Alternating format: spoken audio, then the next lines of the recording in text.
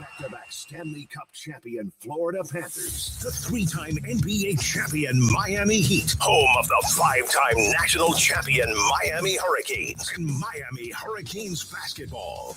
Powered by Anajar and Levine Accident Attorneys. Call 1-800-747-FREE. That's 1-800-747-3733. It's time for Sports Day.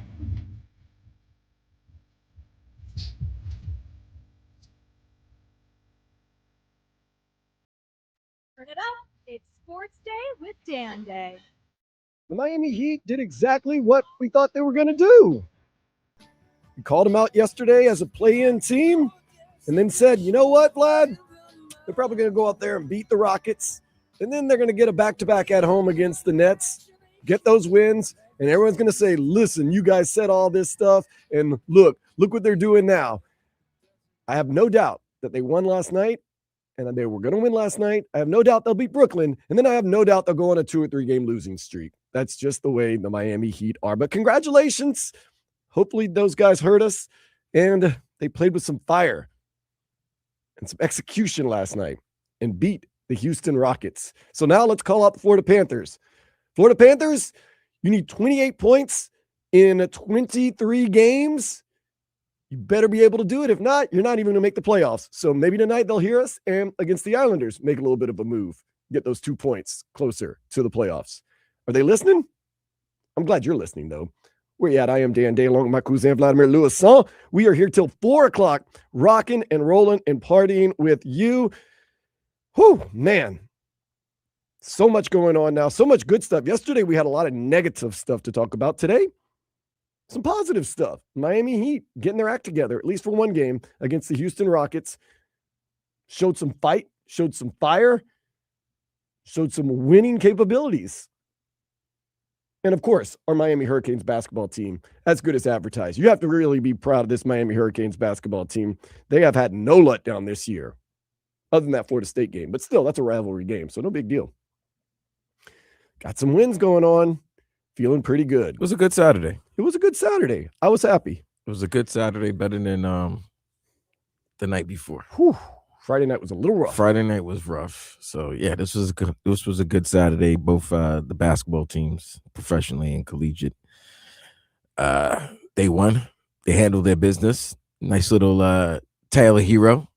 You know, people question his leadership, getting into it with KD, sparking the team. Andrew Wiggins with his regular season Willis Reed return, helping out the team. So yeah, it's good. Good win. Now we're going to break the game down as the day goes on, and we're going to break down what Tyler Hero and KD got into, and we're going to talk everything that's going on in and around the South Florida sports world. Still always breaking Dolphins news, and Daniel Solana will join us at 3:30 to talk about the Florida Derby. That's going to be happening tonight up in Orlando between Inter Miami and Orlando City. Hopefully those guys, Inter Miami, can kind of get off what we call not the schneid, but a not so good start as they got shut out by LAFC last weekend. Hoping to get a couple of points, maybe 3 points tonight in Orlando City. It's too early in the season to tell who's really good and who's really bad in the MLS, although Orlando City not projected to be all that great, while Inter Miami is supposed to have their best team ever. So hopefully keep getting it going and getting it moving. Right now, let's get it going and get it moving with some headlines. The Heat, they did take down the Rockets 115-105 next 2 games at home against the Brooklyn Nets. They are not trying to win that much. That is going to be Tuesday and Thursday. Those are the types of games I like to go out to, Vlad. Midweek against a team you should win. Just go on out, kind of take it easy, maybe run around a corner bar over there by Kaseya Center, have a few drinks before, go in the stadium, sit down, relax, enjoy the game. Maybe see Tyler Hero, Bam Adebayo score 20-plus points, and just watch some victories, man. That's kind of easy like Sunday morning, kind of like right now. Easy. Hopefully. Now, if they lose one of these games to the Nets, I'm going to be like, oh, God. No, you listen, bro. You can't lose these 2 games. See, and this is what's going to – Don't. They're going to get you up. Beat the Rockets. Take your L's. What a lot of people are saying online. You beat the Rockets without Norm. You got 2 should be winnable games against the Nets at home. And then Let's see if you can turn that into a 3-game winning streak, and then really just, progress towards the end of the season. Just move upward, man. By the way, the Miami Heat had a great second half yesterday. Well, they've been called out for it, so. Third period 34, fourth period 30. They won both the third and fourth period. They actually won every period except the second quarter. I'm sorry, quarter. Won the third quarter, fourth quarter, first quarter. Second quarter, they only scored 19 points. But look, you're going to have a bad quarter here. I mean, the Rockets only scored 24, so it's not like, oh my goodness. That could have been detrimental, though. But nonetheless, he did get a big win last night. Bam Adebayo is actually playing at a very high level, very quietly playing at an extremely high level for this Miami Heat team, as the captain should. He had 24 and 11 last night in 35 minutes, plus 16 on the court. Man, okay. Let's just keep an eye on Bam. Give Bam his respect. Respect is due. In Miami, they face Orlando City tonight at 7. Man, we got some good soccer action tonight. I might have to check it out. Of course, the Herons are going to visit the White House on Thursday, and Lionel Messi expected to attend. So they're going to meet at the White House. That should be a very interesting meeting between Inter Miami and El Presidente. You roll your eyes. I'm just saying. So interesting tonight. Got a lot of excitement. You can, at 7 o'clock, you get the derby between Inter Miami and Orlando City. Good rivalry right there. But also, if you want a little appetizer, you get the She Believes Cup. The U.S. women's national team with a lot of up-and-coming young players will be taking on Argentina. That's a 5 o'clock game. So I might have to race home real quick, take a shower, and put on that She Believes Cup. Of course, Daniel Solana is going to join us at 3:30. He'll give us the breakdown. You're going to put on? Oh, you're going to watch the game. Yeah. You're going to put the game on. It's a Southern term. You put on. Yeah. But understand what you just said. I'm going to put on the She Believes Cup. I mean, maybe I'm going to play a sport that I need a cup. You never know, man. I'm going to put on the She Believes Cup.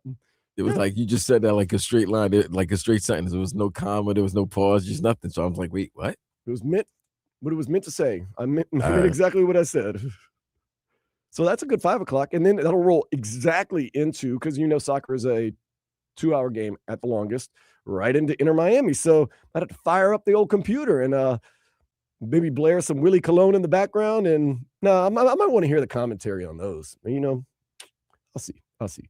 17th ranked Canes baseball team, they just cannot beat Florida. I think they're on like an 8-year losing streak to the Florida Gators. Jeez. The Gators won yesterday 8-4. They finished the weekend series today at 1. I'm not going to hold my breath. I promise you. I literally don't remember the last time the Canes baseball team defeated Florida. Good news, bad news for the Marlins. Kyle Stowers, he has a light hamstring strain. The good thing is he's out the remainder of spring training, but it is very, very light. They say it's just precautionary. The Marlins, they play the Nationals today at 1 o'clock. I wonder if this is like the last couple of games with the full spring training attendees before some of these guys got to go to the World Baseball Classic that begins this week. That is true. We got the World Baseball Classic starting up, this week, like Thursday. Yeah, in Japan. Ooh, very interesting. We have some games here. We have some games in Puerto Rico. We have some games in Japan, all over the place. But the finals will be right here at Lone Depot Park. I can't wait. It's going to be hype. Man, imagine if in a short period of time, like a month and a half long period, the U.S. hockey team can win gold for the first time in 46 years, and the U.S. baseball team can win the World Baseball Classic. Fire up Freebird as loud as you possibly can, man. That was cool. Every time the U.S. hockey team scored, they played Freebird. Won't you find me, Freebird? It's exciting, man. I don't know why it got me so excited. Every time I heard it, I was like, man, this is awesome. No, I can't change. Won't you find me, Freebird? Okay. There is talk the Dolphins could be trading 3-time Pro Bowl safety Minkah Fitzpatrick to the Jets. What? Yes, there is talks that there's possibly conversation between the Jets and the Dolphins trading Minkah Fitzpatrick to the Jets. I'll give you a 5th. I think at this point, Dolphins might take it, to be honest with you. I'll give you a 5th. Okay. Maybe you can get in on those negotiations. Hey, Jeff Hafley, John Eric Sullivan, come see. But here's the thing with Fitz, though. Fitz is probably at the stage of his career he wants to play for a contender. Okay. You know what I mean? Like if he's going to Miami and then going to the Jets is not You might be going worse. You might be going to a worse situation or Well, parallel. yeah, I was gonna say you guys are on the up rebuild. We're on the down rebuild. Right, but so we might meet in the middle. you're still meeting in the middle. So yeah. So do you want to be on the up rebuild or the down rebuild, Minka? Because And your coach you might be going to a coach who might not survive. I mean, he was caught napping during the combine. So yeah. Oh no. Yeah, they caught him. They caught Aaron Glenn. no. Yeah, he was catching some Z's. You gotta catch some coffee and some energy drinks, man. Well, here's the thing, cameraman.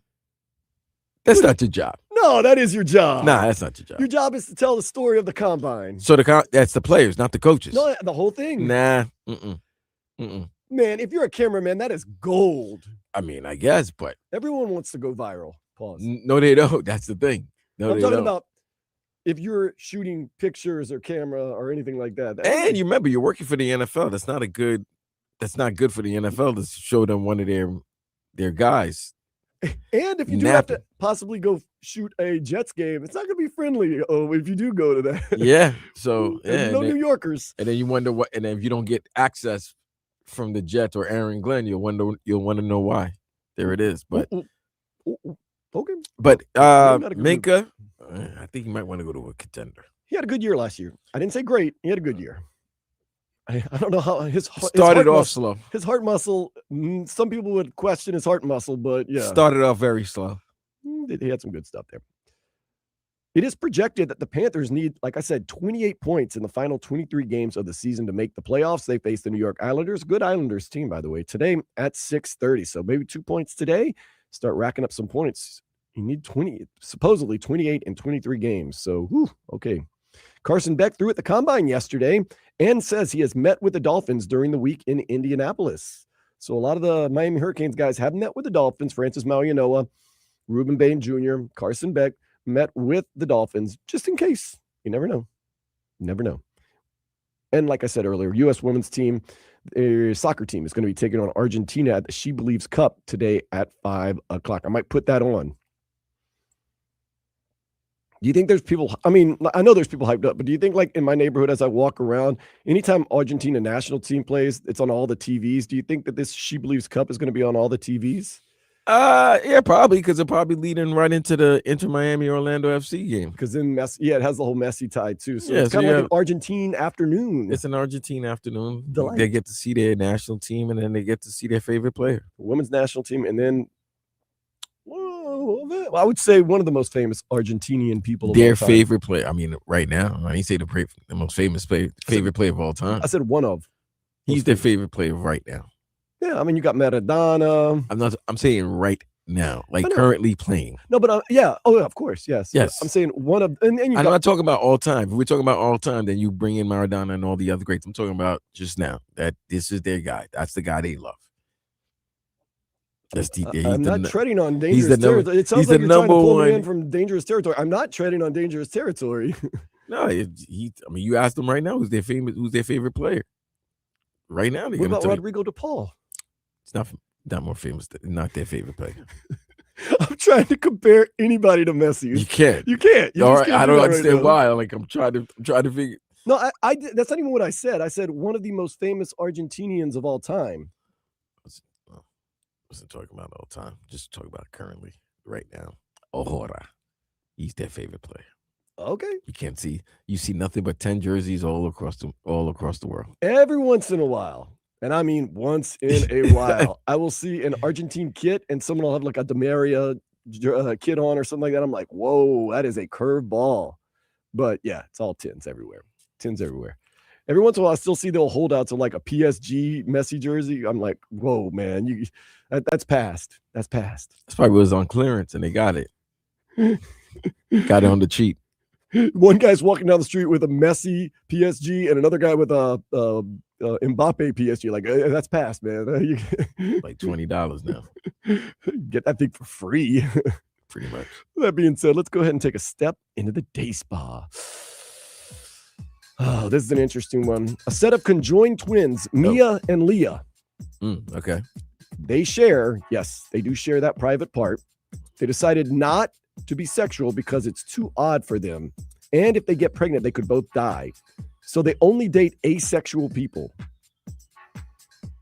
My question is there like an app for like asexual people looking for conjoined twins? Like, how does that even work? I have no comment. Like what? I'm just what?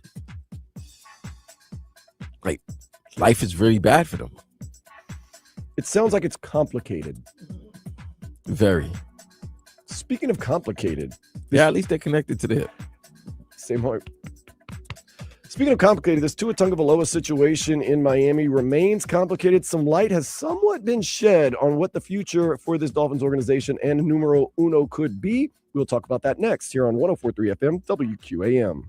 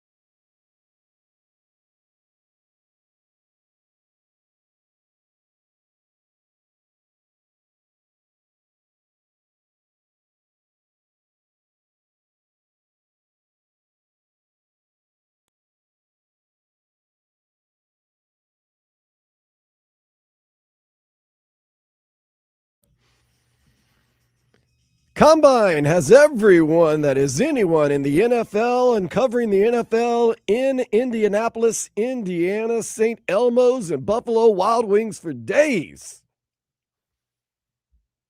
And they're not just talking about draft picks and scouts. Some of these NFL insiders, like ESPN's NFL insider Dan Graziano, trying to shed some light on how this upcoming season will look for certain teams. So immediately when I see that, my ears and eyes perk up and I go, ooh, what does Dan Graziano have to say about the Dolphins? Well, Vlad, here we go. This is what he writes on ESPN.com. The Dolphins continue to tell people that they've had trade talks with teams and haven't given up on trying to trade Tua Tagovailoa, even though that would mean picking up a significant portion of his $54 million in fully guaranteed 2026 salary. But based on my conversations with other teams, I'm skeptical. And I expect Miami to release Tagovailoa by the third day of the league year, when $3 million of his 2027 salary would become fully guaranteed. The Dolphins will almost certainly designate him as a post-June 1st release to help defray some of the $99.2 million in dead money it will cost to release him.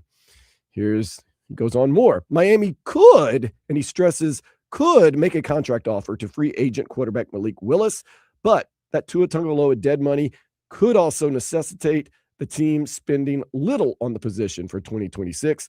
Holdover Quinn Ewers is a possibility, mainly because he's already on the roster, but his chances of winning the job depends in large part on who else the Dolphins bring in. So word around the league now is that the Dolphins are going to cut Tua Tagovailoa very close to the new year, which is March 11th. Yeah, 2 Wednesdays from now. Also, Dan Graziano saying there's probably not very many takers, if any, most likely, for Tua Tagovailoa in some type of trade where we'd have to eat a bunch of salary. Come on, man. He's 3-day-old Chinese food, bro. He's in the fridge. There is still whispers, though. And this is a bad whisper of two teams that might be interested. One of them, and you can shut it down right away, Vlad, as soon as I say it. It's not the Jets. Come on, man. It's not the Jets, no. The Minnesota Vikings. Shut it down. No, I'm not going to shut it down. Oh. I'm going to tell you why. Okay. Getting up and getting ready for this for the show, getting up, you go through your sources, you listen to what's going on. I think the Vikings are done with JJ McCarthy. That is what I'm hearing. So I think they're trying to move him. That is a quick trigger.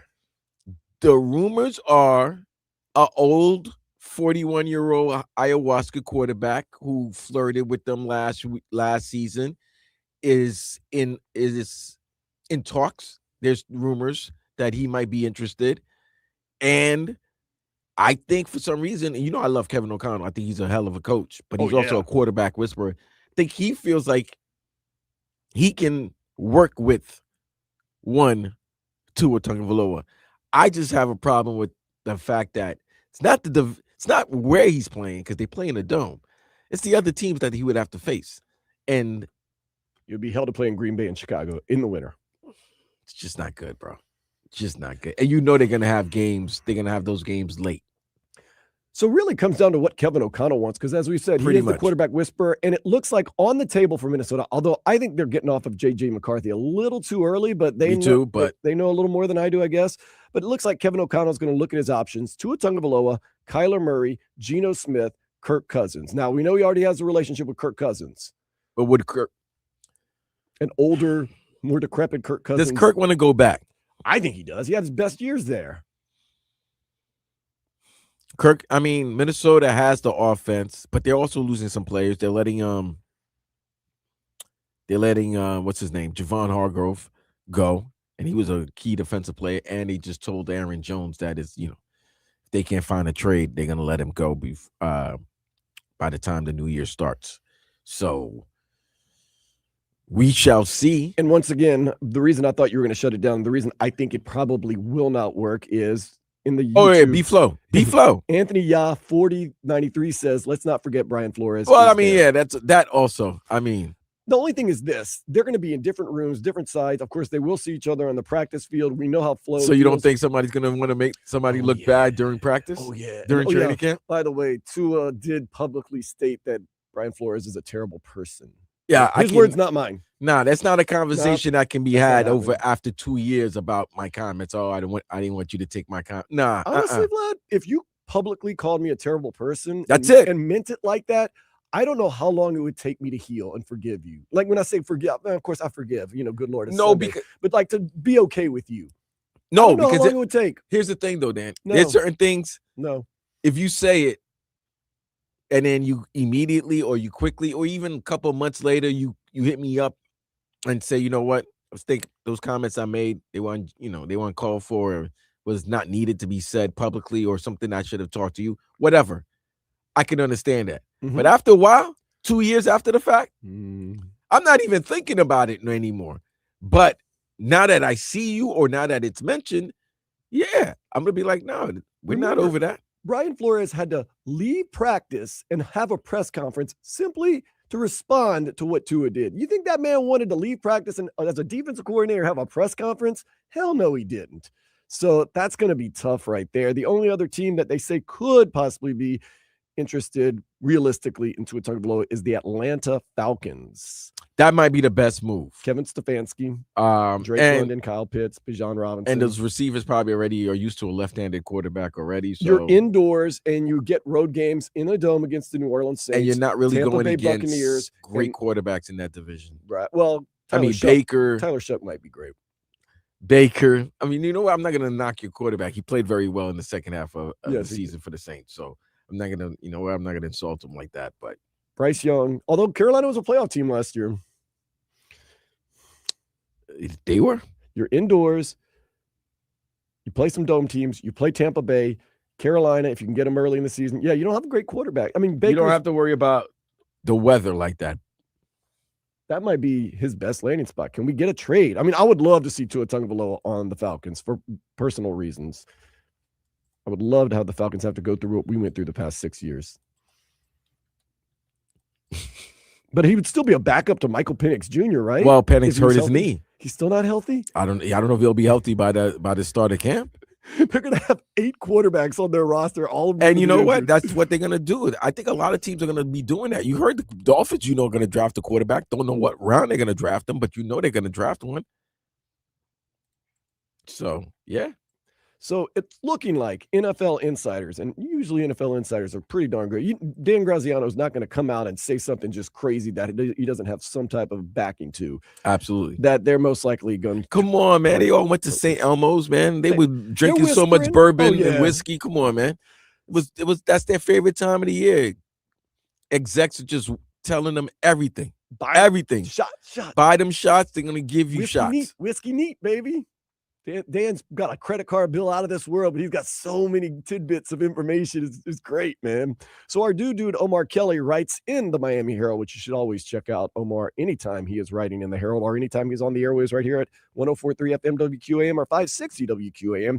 Some things the Dolphins need to do in order to kind of, get this offseason going right. Extensive to-do list, and it is extensive. Extensive. So, Vlad, I'm going to give you a grapefruit. Number one, what is the first thing the Dolphins need to do in this offseason?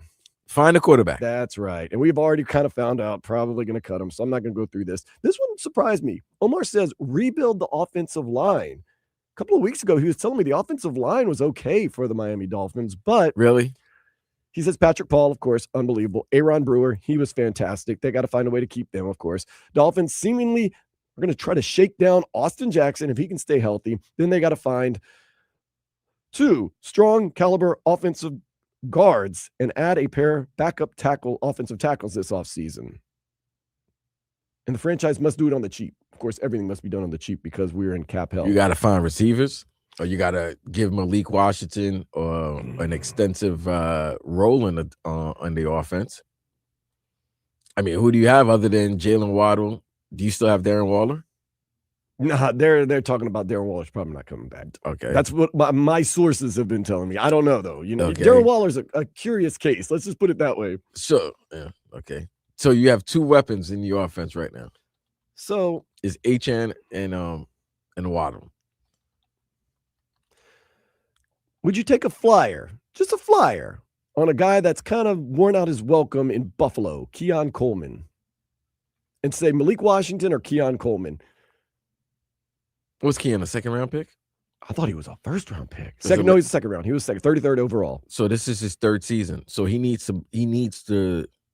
If he's trying to get a second contract, he needs to pick his game up this season. Well, remember, the Buffalo Bills came out after they fired. I know. And they own Terry Pagula, right? Is that the owner? They threw him under the bus. Threw him under the bus, reversed it, put it on neutral, did broken K on him. It was disgusting. It was nasty work. But he's 6'4", 215 pounds. But he hasn't lived up to his drops. potential Yeah, as well. He had some ugly drops, and he missed meetings and stuff like that. He's done some mistakes that can affect a player's playing time.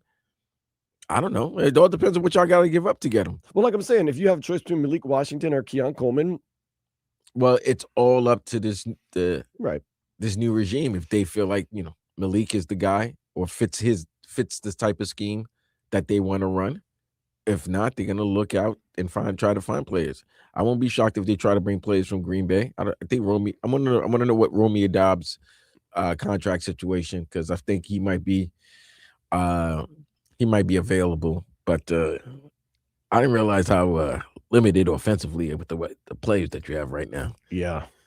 Well, Omar also says they need to find a trade partner for Minkah Fitzpatrick, which we talked about. It would create $5.8 million in cap space. The Dolphins are hoping for a third or fourth round pick for the 5-time Pro Bowler. And Romeo Dobbs is a free agent, and a couple teams are looking at him. Guess who's looking at him? Oh, of course, the Miami Dolphins. No, your team.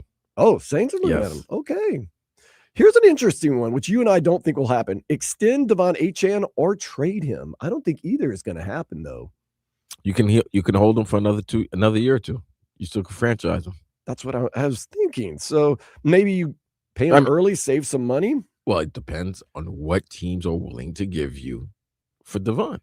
If they're willing to give you an offer that you're like, I can't refuse it, this is going to benefit the team, then go ahead. Or we know what usually happens. He won't show up for mini camp. Nope. He'll lock what is called practice in or sit in. Playing. No, what is it? Sit in. Yes, the sit in. No, the holding. That's what they called it. Holding. They still want to get paid. Yeah, he's gonna want to get paid, but he's gonna have a holding. He'll go to the facility. He just won't participate in any of the drills. Probably won't. He'll sit in for all the training camp. Probably get a little raise, and then they'll overutilize him during the season because he's their best weapon. And then they'll franchise him. So $5.7 million this season is pretty owed much. to him. Now, Omar says anything less than a second-round pick would be an insult. I don't even think I would trade him for a second-round pick because you don't know what you're going to get with a second-round pick. You know what you have with Devon Achane, a rookie contract. But if you get a second-round pick, that's the best you're going to get for a running back who was drafted, I believe, in the third round? Third round, yes. Yeah, so running backs are not going to get you that type of value like that. Yeah. So if you can get a second-round pick for a running back who was a third-round running back, yeah. Something we're really not touching on a lot is and Omar says, we need to find 3 athletic pass rushers. The pass rushers are very, very thin on this team, by the way. Well, Chop didn't step up, and I don't know if he had a sophomore slump. Something happened with Chop. So Chop has to pick it up, or, we're going to look at it as maybe he was a flop, because it took him a long time in his rookie year to get together. And yes, towards the second half of the season, he started to play very well, which was why we expected in his second year for him to step up, and it didn't happen. Who knows? Who knows why? Who knows why he was in a doghouse, why he wasn't getting that many snaps? Who knows? But this is in Chop's third season, new coach, and the head coach is a defensive head coach, right? Who likes those type of players who can rush and get to the quarterback. We'll see.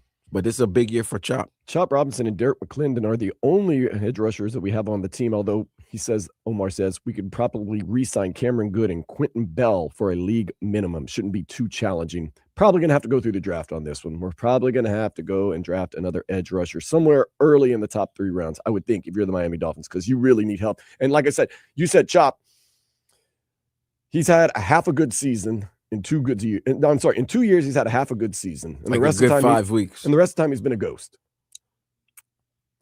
So, can't put all your eggs in that basket. You might want to hedge your bets a little bit. Also, we haven't talked about this a lot. We need some starting caliber cornerbacks, by the way. Because what do you mean we haven't talked about this? That's all we were talking about last season. The beginning of we're talking about this season, though. Well, yeah. Kader Kohu, of course, he missed the whole season. They're all unrestricted free agents when it comes to Rasul Douglas, Jack Jones, and Kader Kohu. Yeah. My goodness. And I don't trust Ethan Bonner for anything. Not even for kick returns. Storm Duck's gone, right? Storm Duck, no. He's still there? He will be back. if he can stay healthy. Mm. Jason Marshall Jr. So, oh, goodness gracious. How many draft picks do we have? We need more draft picks. Well, this is what Sully's good for. He is known as a great drafter. He knows how to pick these players in the draft. He's a great drafter. So we'll see. So 2 starting caliber safeties. Yeah, because we're probably going to get Minka Fitzpatrick out of there. Get a bigger receiver. That's what I was talking about. A bigger receiver than Keon Coleman, maybe? I don't know. You got Jalen Waddle. Malik Washington is not a bigger receiver. Nope. Theo Weiss Jr. flashes last season. A flash? Don't say flashes as if it was like more than one. Yeah, that 1 touchdown? Yeah, that's flash. It's not even a flash, a snap. We are small at receiver. We're very small. All right. Yeah, this seems when you break it down like this, you start to wonder, like, damn, this team really's got a lot to work. Almost got an extensive list. Like, it was finished. No, like, there's one thing of knowing it, right? But when you sit down break it down, as we're hashing it out. Yeah, like when you break it down to a molecule, you're like, oh snap, they really got a lot of work to do. So also restock the tight end room. Well, yeah, we just said Darren's gone, right? Darren Waller plans to continue playing, but not with Miami. Won't return to Miami. Julian Hill is a restricted free agent. The Dolphins can't afford to tender for $3.5 million. Greg Dulcich, we got him, man. I always a free agent seeking a job and financial security. Great. We'll be all right with Greg Dulcich, right? That can't be. Is that tight end? You need a quarterback. You need O-linemen. You need some receivers. You need a tight end. You need a pass rusher. There's still a question mark at running back because Devon Achane wants an extension, and we don't know if we're going to get it. Yeah, but at least you know he's there. You still got him. Like, that's not. You have no edge rushers. You have no safeties. You have no cornerbacks. You'll pay him whatever needs to be paid for him to play in 26. Okay, if a deal's not negotiated, but you need pass rushers on defense, right? You need a safety. And you need to put it this way: you need pass rushers and a whole new secondary. Yes, pass rushers and a whole new secondary. Yeah. Okay, that's it. So that's like 5-6 players right there. Yep. You need to build the offensive line. You need a quarterback. You need a wide receivers. And you need tight ends. Okay. And a backup running back. Oh, and just in case, they do need to address the kicker situation, which right now is the least of my worries, to be honest with you. Riley Patterson was fine. Jason Sanders, whatever. And if it's not Riley Patterson, we'll find someone that's hopefully capable enough. All right. So, yeah, man. So Patrick Paul. It's going to be a great season covering the Dolphins at 26, man. Can't wait. Patrick Paul. Let's go. That's about the only thing that's not a question mark on this team right now. Patrick Paul, good. Zach Sealer had an off season last year. Kenneth Grant didn't have too many. That's another thing. KG. Yeah, I need something from you in the second year, buddy. So we really need a good draft is what this laundry list of to-dos from Omar Kelly is telling us. Oh, my goodness. Well, look, after watching the combine, there's a lot of good players coming on this year's draft, and they've fit certain measurables or whatever that teams are looking at. With the 11th pick of the draft, there are 4 players that I would love for the Miami Dolphins to be able to draft. All right. Fernando Mendoza. No, we're not getting Mendoza. Man can wish. He's not getting. You think Mendoza's going to pass 11? What is wrong with you? What must have happened to him? What is wrong with you? I'm just saying a wish list. Yeah, you make realistic. A wish. Let's do a realistic wish list. You sound like a Make-A-Wish kid instead of right now. Realistic wish list. Realistic. Ruben Bain, if he somehow falls down to 11. Short arms. It doesn't matter. Francis, if he somehow falls down to 11. He said he publicly stated he would not mind falling down to number 11. Right. This is the guy that I like for you guys. To me, he's the best player in the draft. Caleb Downs. He's not going to fall, maybe not even past second. No, we're not drafting him that high. Caleb, that's the problem. He's the best player, but the position that he plays, no safety's ever been drafted high since I think Eric Turner by the Cleveland Browns, because Leroy and I were talking about it this past week. So I can't see the Jets drafting him at number 2. Plus, the workouts that his fellow Buckeyes brethren did, Arvell Reese, Sonny Styles and forgot what the other guy's name was. Everybody loves Sonny Styles. The whole Styles family is unbelievable. Okay, I mean, people are just gaga over this guy. Dude, they were putting up. It was a combine. It was like combine porn. It was, you know what it was? It was combat porn. It was combine porn. That's how great it was. That's how great it was watching the Style brothers just jump. It was crazy. Unbelievable measurables. But I think if somehow Mr. Downs fell to number 11, that would, you have a guy in the secondary, bro. You have a guy in the back that can, a safety that really is a hell of a player. I mean, tackle, cover, all that.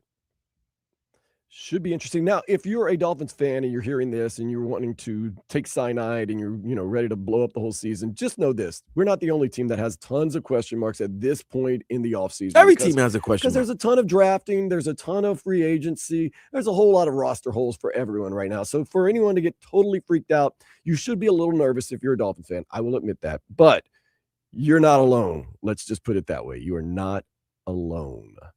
Up next, going to see what's trending. Take it online. A lot of people talking about this Tua Tagovailoa situation. Let's see what X.com and the rest of the world has to say. This is Sports Day on 104.3 FM, WQAM.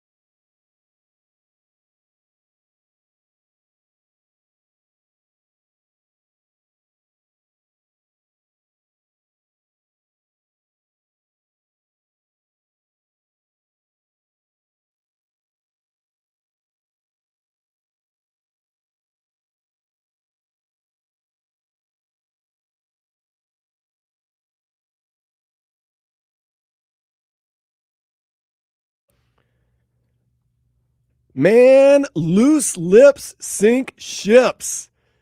Seems like everyone in the NFL in Indianapolis, after they finished the combine yesterday, went on out, started drinking, started sharing a little bit. Because today, the NFL world is aflutter with rumors. And this is what I hate, right?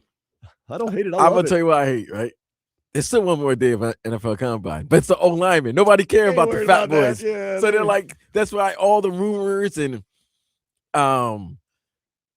storylines from the scouting combine week, now it's all coming out, even though there's still one more day. Tonight was their night. Last night was their night because, you had the quarterbacks, crazy. The receivers, and, they'll go look at the O-linemen, or they're maybe flying out tonight or flying out early on Monday morning, so they can't be getting wild tonight. They got wild last night, and man, have they. No, you got to go back to your family. You got to sober up.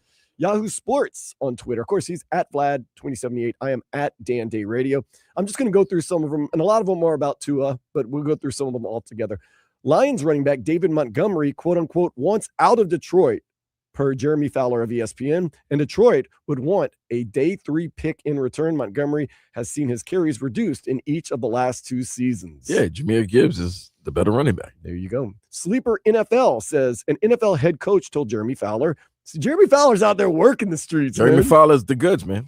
He's legit. An NFL head coach told Jeremy Fowler to watch for Atlanta as a potential landing spot for quarterback Tua Tagovailoa. And like I said, Vlad, you and I agree that's probably the best landing spot for Tua and probably the best backup or quarterback for Atlanta.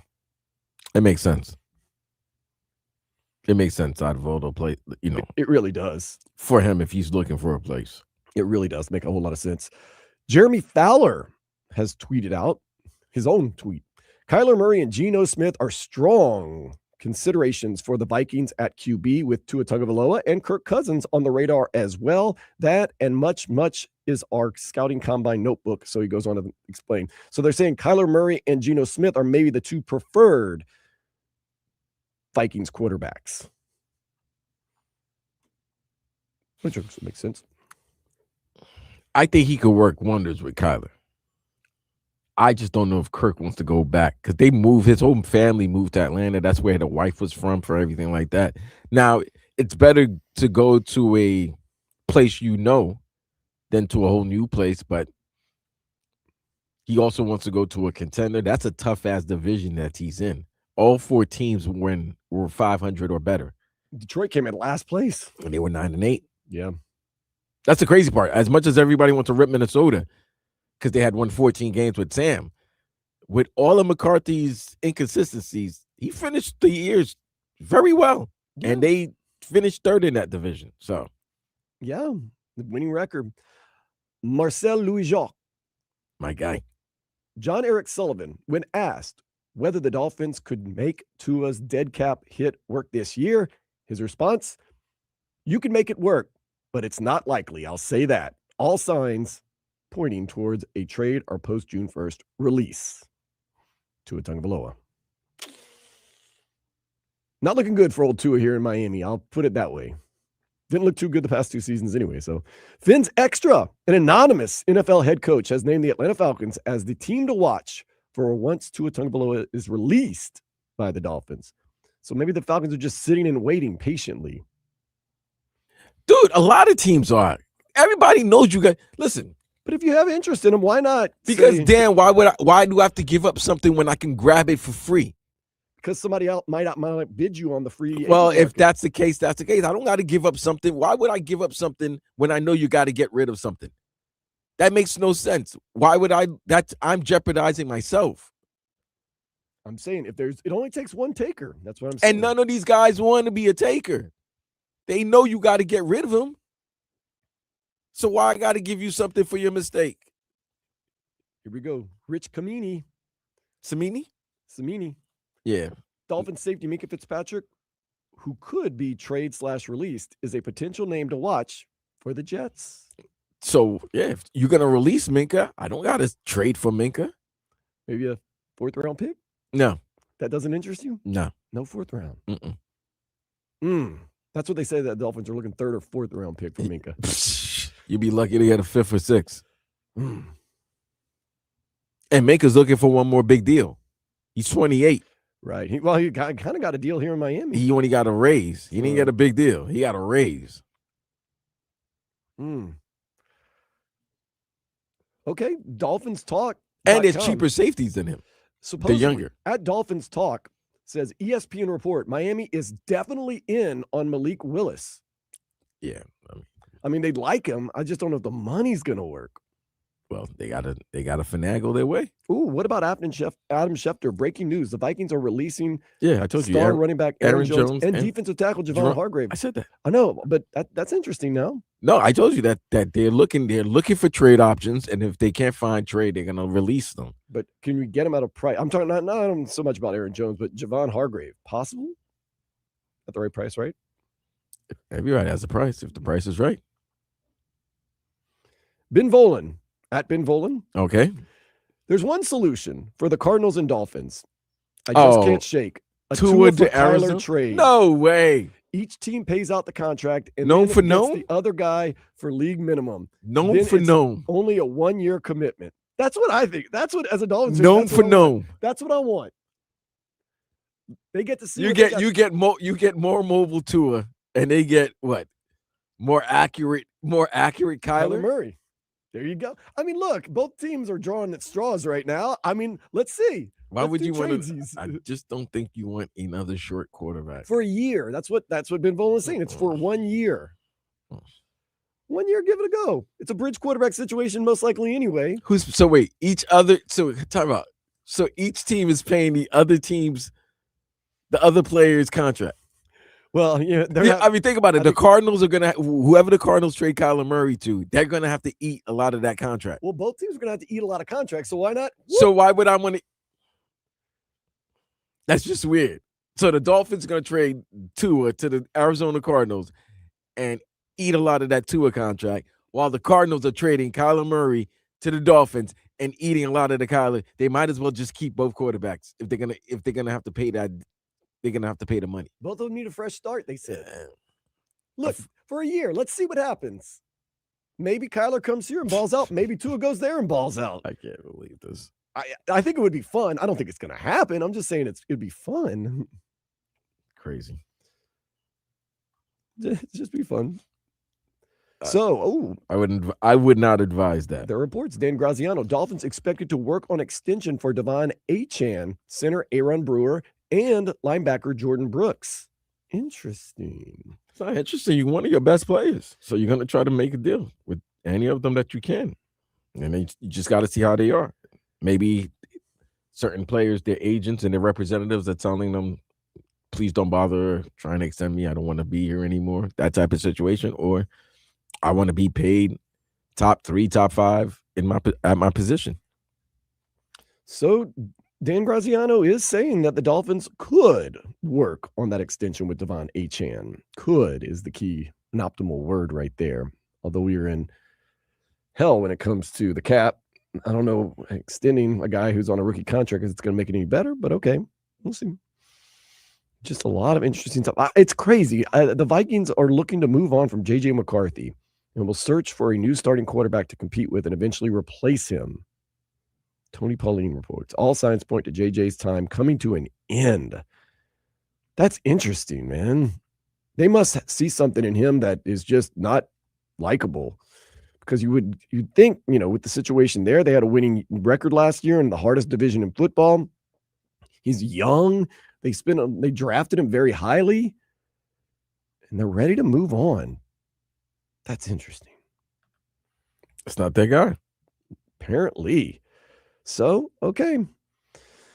Well, Tua's days look to be numbered, and it looks like no one's willing to trade for him. They're just going to sit back, relax, wait, and they will figure it all out in the free agent market. Interesting news. It really does, man. You're not lying. It really seems like these guys last night and girls last night went out and that was their night out and just started loose lips and sinking ships, man. Bro, that happens all the time. Listen. The agents were out drinking. It's gotten to the point I'm thinking of in the next 2 years to going to a scouting combine in Indy. Omar Kelly loves it. I bet. Because It's Indy. I don't think there's anything really popping up in Indy like that. Like I said, Buffalo Wild Wings and St. Elmo's. I'm not gonna do I'm not gonna have the Mark Sanchez. Whatever he was drinking that in Indy that day, just or whatever he was eating, just don't have that. However, a lot of things are spoken and talked about during those dinners and drinks and everything. That's how trades happen. That's so cool how today just everything exploded and you could just see how it happened like last night. It makes me It's not even, dude. If you listen to McAfee starting tomorrow, you listen to Eisen starting tomorrow, Dan Patrick, all those guys. Even listen to Joe Rose on in the morning. They're gonna have the guys like the Pete Priscos, the guys that cover the league, and have all access to all the teams, and they're gonna let you know a lot of the rumors and talk that they heard that was either surprising or kind of confirm things that people already know. Like the Malik Willis to the Dolphins. It's like, come on, we've all known that since what? Since the season ended? Mm-hmm. Since the season ended, since the beginning when Sullivan was hired as general manager, I think everybody started putting two and two together. They go, okay, they might be going after Malik Willis. Then you hired Halfley. You're definitely thinking Malik Willis. Yeah, it just makes sense. The triumvirate. Bring them back. Get them back together. So it worked okay in Green Bay. Did it? That's why I said okay. I didn't say but great. Come on. I didn't say great. I said he didn't okay. start, bro. We're acting like he's a starter. He wasn't great against the Ravens either in a game that they, didn't have to win, but they could have really improved his stock. I watched that game. I was like, yeah, it was a Saturday I was night. like, man, Jordan Love looks terrible tonight. And then I was like, oh, he's injured. It's because I was watching it with the sound off at a bar, and I was like, man, Jordan Love looks terrible tonight. That wasn't a good representation of those three, by the way, because Halfley was the defensive coordinator that game, and Derrick Henry ran for over 200 yards. And then they got burnt by the Bears in the playoffs, in the last game and the playoffs. Ooh. Yeah, that wasn't a good game. Fresh start, man. Fresh start. So you're gonna hear a lot. Yeah, you're gonna hear a lot, and it all depends on who's talking, who's drunk enough to blabber. Rapid fire, man. It's gonna be rapid fire. All right, we're going to go rapid fire, get you some headlines, get you caught up next here on 104.3 FM WQAM.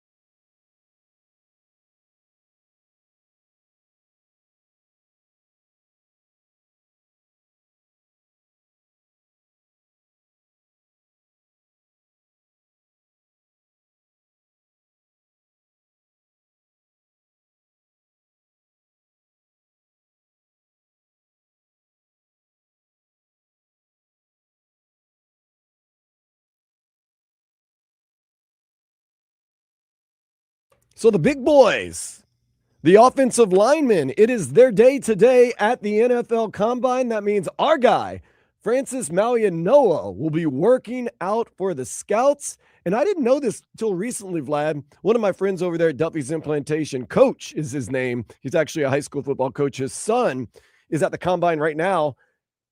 He played for the Memphis Tigers last year. He's going to get drafted in probably the top 5 rounds. And I was like, well, that's cool. Did you know that NFL offensive linemen, when they are drafted, they are a 4-year guaranteed salary dictated by rookie wage scale based on their draft position. So if you are drafted as an offensive lineman, you are guaranteed that 4-year contract.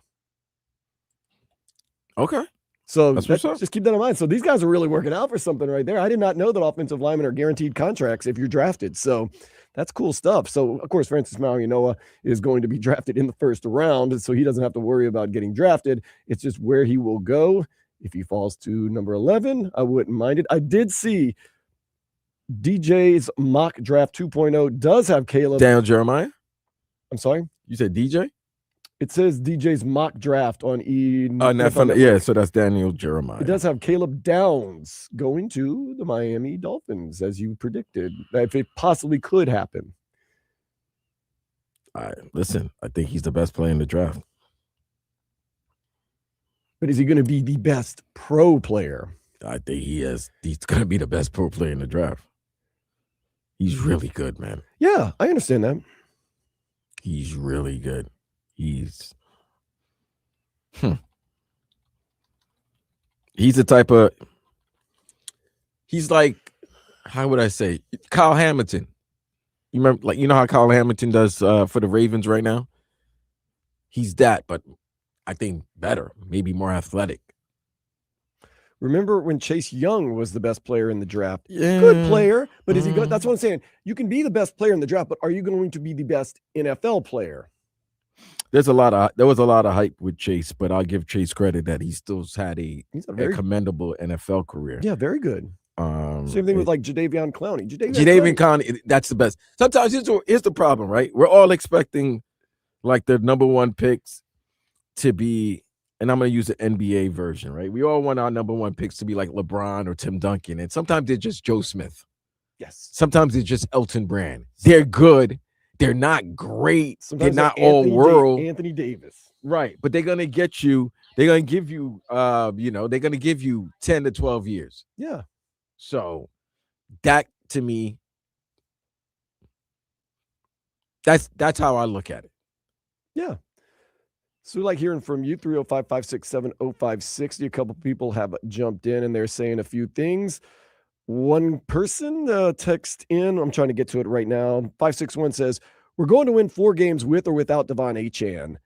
We need young, cheap players anyway. So they're giving an argument that might as well trade Devon Achane, get some type of draft capital in return.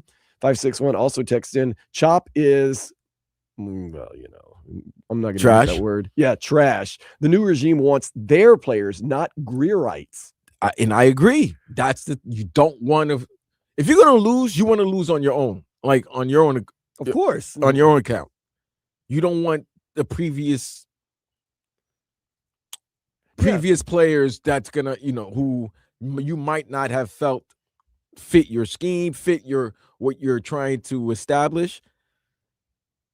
You got to get rid of them, bring in your players and see if your plan works. And if it works, then everybody's going to be happy. If it doesn't, they'll find another person. Yeah, and you say, well, at least I did it my way. That's the thing. You're in a lose-lose situation if you keep the old guys, because if you lose, then it's like you can't even get your own guys in here. And if you win, it's like, well, you did it with someone else's players. And the problem is that like the best players from the previous regime, the fans are nostalgic. They love them and everything like that. So they're always going to be upset if that person is traded. So you're saying let Achane go. Good. But you also do want to watch some sort of entertaining football this upcoming season. Like you can say, oh, we know we're going to win 4 games and be 4-13.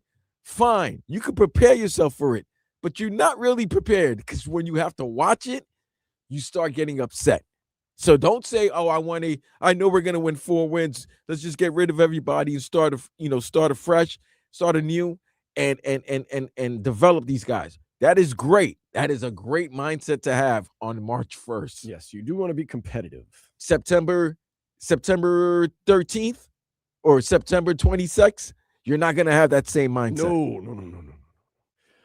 Over on the YouTube, Idleman12 says Taylon Green was a beast at QB Combine yesterday. Yes, that is Arkansas's quarterback. He's a top 10 projected quarterback taken in the draft. Top 10?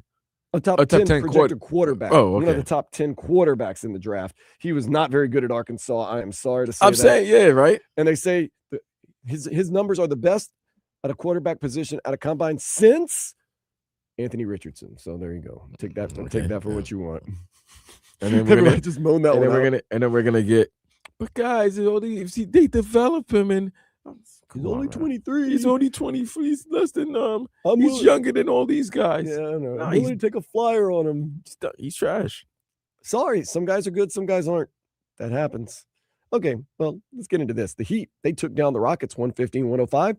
Next two games at home against the Brooklyn Nets, Tuesday and Thursday. Of course, everyone loves that the NBA has finally gotten the scheduling somewhat right, where they don't make teams go back and forth and back and forth. Just come in town for a couple of days, play your two games, get the hell out of here. Take your L's, hopefully. I mean, we're going to talk about Bam Adebayo and Khalil Ware playing together next and hanging out. Maybe not hanging out, but seeming to have a decent relationship. That's next, though. Inter Miami, they face Orlando City tonight at 7. The Herons, they will visit the White House on Thursday, and Messi is expected to attend. We got the Florida Derby. We're going to have Daniel Solana on at around 3:30. Could get interesting with Daniel Solana, Vlad. Why you say that?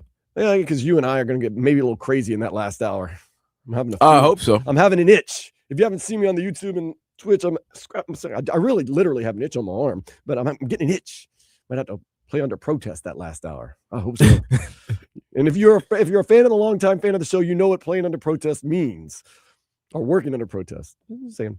Canes basketball team, nothing to protest about them. They just took care of business yesterday against the Boston College Eagles, 76-54. They play the SMU Mustangs. That's gonna be a good game. Wednesday at 7. SMU's got a good team. Yes.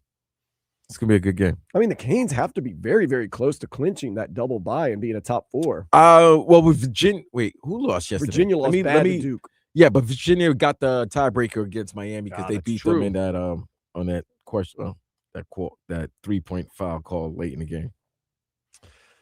Wow. Let's see. So Miami let me check right here. Third, they're one game back of Virginia. Virginia has a tiebreaker. They are one game ahead of North Carolina. Yes, Carolina and Clemson. Oh, they're ahead of North Carolina and Clemson by a game. Yeah, they have to. Clemson, they can't tie with Clemson because Clemson got the tiebreaker over them. But they have the tiebreaker over North Carolina. So I don't know what happens if all three teams finish tied.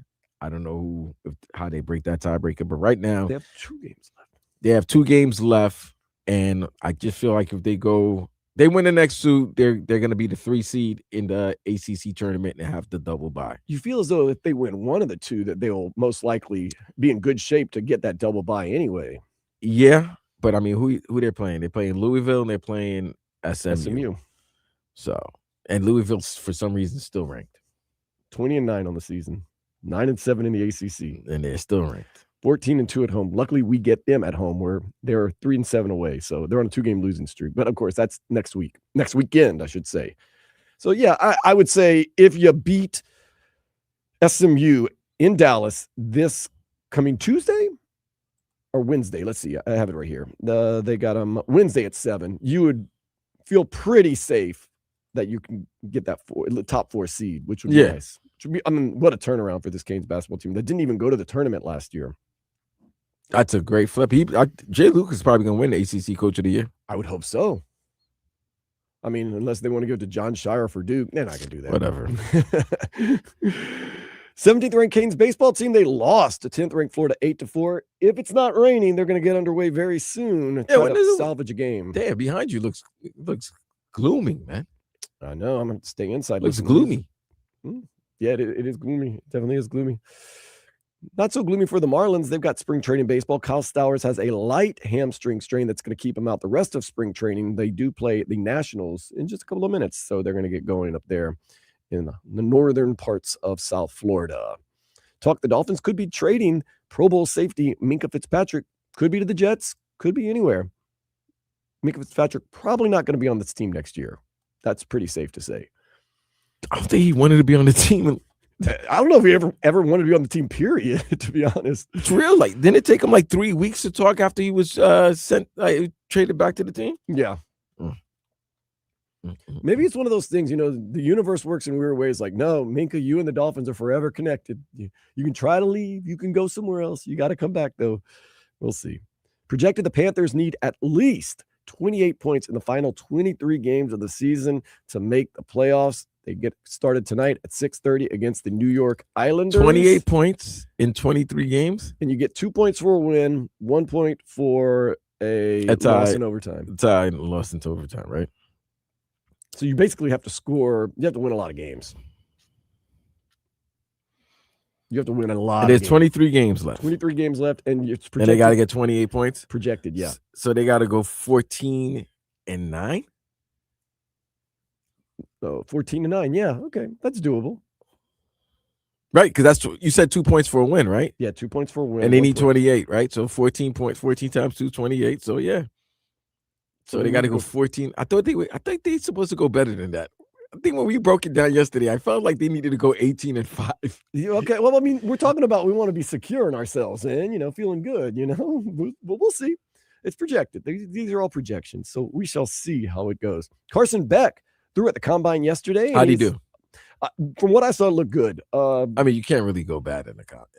The only thing they worry about is you're not throwing at your receivers all the time. You're throwing at new guys, and maybe they run a route differently, or you can't judge their speed the same way, and you're not as comfortable. But the reports were that it was a good throwing day for Carson Beck. And he did meet with the Dolphins while he was in Indianapolis. He said it was a positive meeting, and we'll see where it falls. If he falls late and we get him, we're going to be okay with that.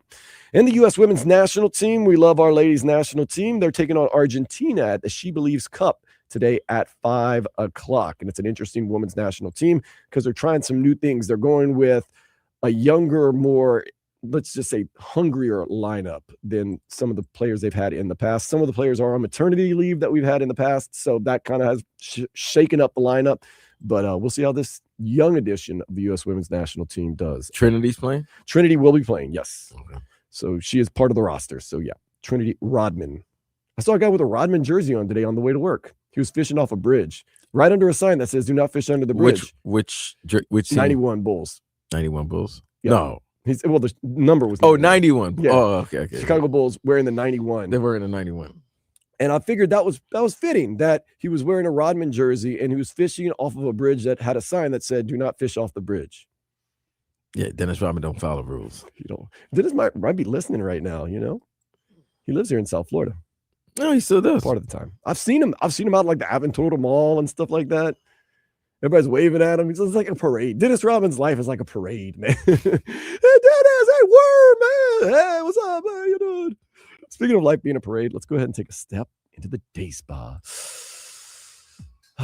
A man says he deals with his anxiety by drinking up to 6 bottles of wine a day. He's a drunk. But he had to stop because he started making him turn yellow like The Simpsons. I would think there would be side effects to drinking 6 bottles of wine every single day.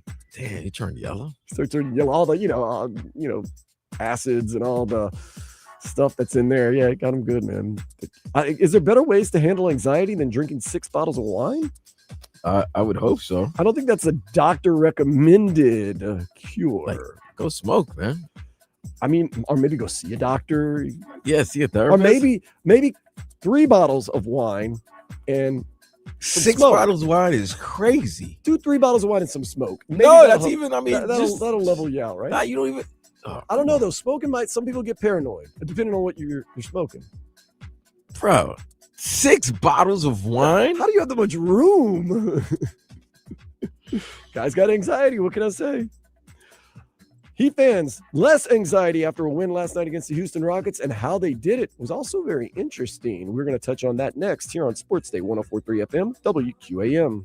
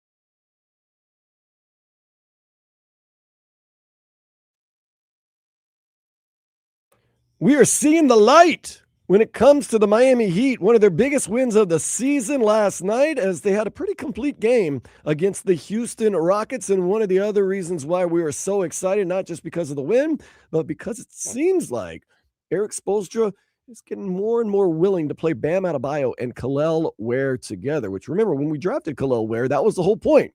We needed a guy to come in and play the number 5 to relieve Bam so he could play number 4 and play a little more free and also help him out on the defensive end. But the minutes have been somewhat few and far between with the two big men together on the court. Last night, though, they had some good times together, and they had some pretty darn good numbers together. Bam Adebayo altogether 35 minutes, 24 points, 11 rebounds, while Kel'el Ware had 29 minutes, 13 points, and 15 rebounds. The guy is a rebounding machine, leading the Heat to a 115-105 victory. I think I speak for most Heat fans when I'm all for having Bam and Kel'el Ware playing together. Not to doubt Eric Spoelstra, but man, Kel'el Ware, that's a plus 15. Bam was a plus 16. That's a recipe for winning a lot of games, Vlad, if you ask me. Yeah, why it takes forever for them to get it. It really why it took them forever, almost like 2/3 of the season for this to start working. It happened last year. It happened last year too. Eric Spoelstra must have something up his sleeve or a recipe. Eric Spoelstra, though, did speak after the game. Of course, he's going to have to talk about it. He talked about what he likes about the 1-2 punch of Bam Adebayo and Kel'el Ware. Houston's a unique team because of that rugged physicality that they bring, and rebounding is probably the number one key against that team. But we leaned into it for sure. It was really, both those guys were really good in our zone. Kel'el, that was one of his better jobs in the zone, just communicating and protecting in that inner circle. Even some of those tough floaters, that they made, Kel'el was getting off the ground and making those, not a super high percentage shot. And his rebounding obviously was key. Bam was super dynamic, whether you play him at the center position in the zone or if you play him at the wing. At the wing, he's elite. He's our best wing defender, as well. So, Vlad, correct me if I'm wrong. What I'm extrapolating from that is not we're playing Kel'el Ware and Bam Adebayo together because it gives us the best chance to win. He's saying it gave him the best chance in that specific game, that it's going to be game specific how much he plays those guys together. Which kind of brings me down a little bit. I'm not going to lie. Yeah, just play them. Doesn't matter. Just play them. Your game. I don't think that's the problem. They don't have a game. I don't know if they know what their game is. I think they had an identity early in the season. I don't know if the pace was too much for them and they finally got tired out, and I don't want to blame when 14 got back, but it took that same pace that they were playing, the way they were playing early in the season wasn't the same when Tyler got back, and then Tyler got hurt, and it seemed like they'd never been able to get that rhythm again. But it seems to me when you put a 7'2" athletic freak and a 6'10", 6'8", 6'9" defensive stalwart together,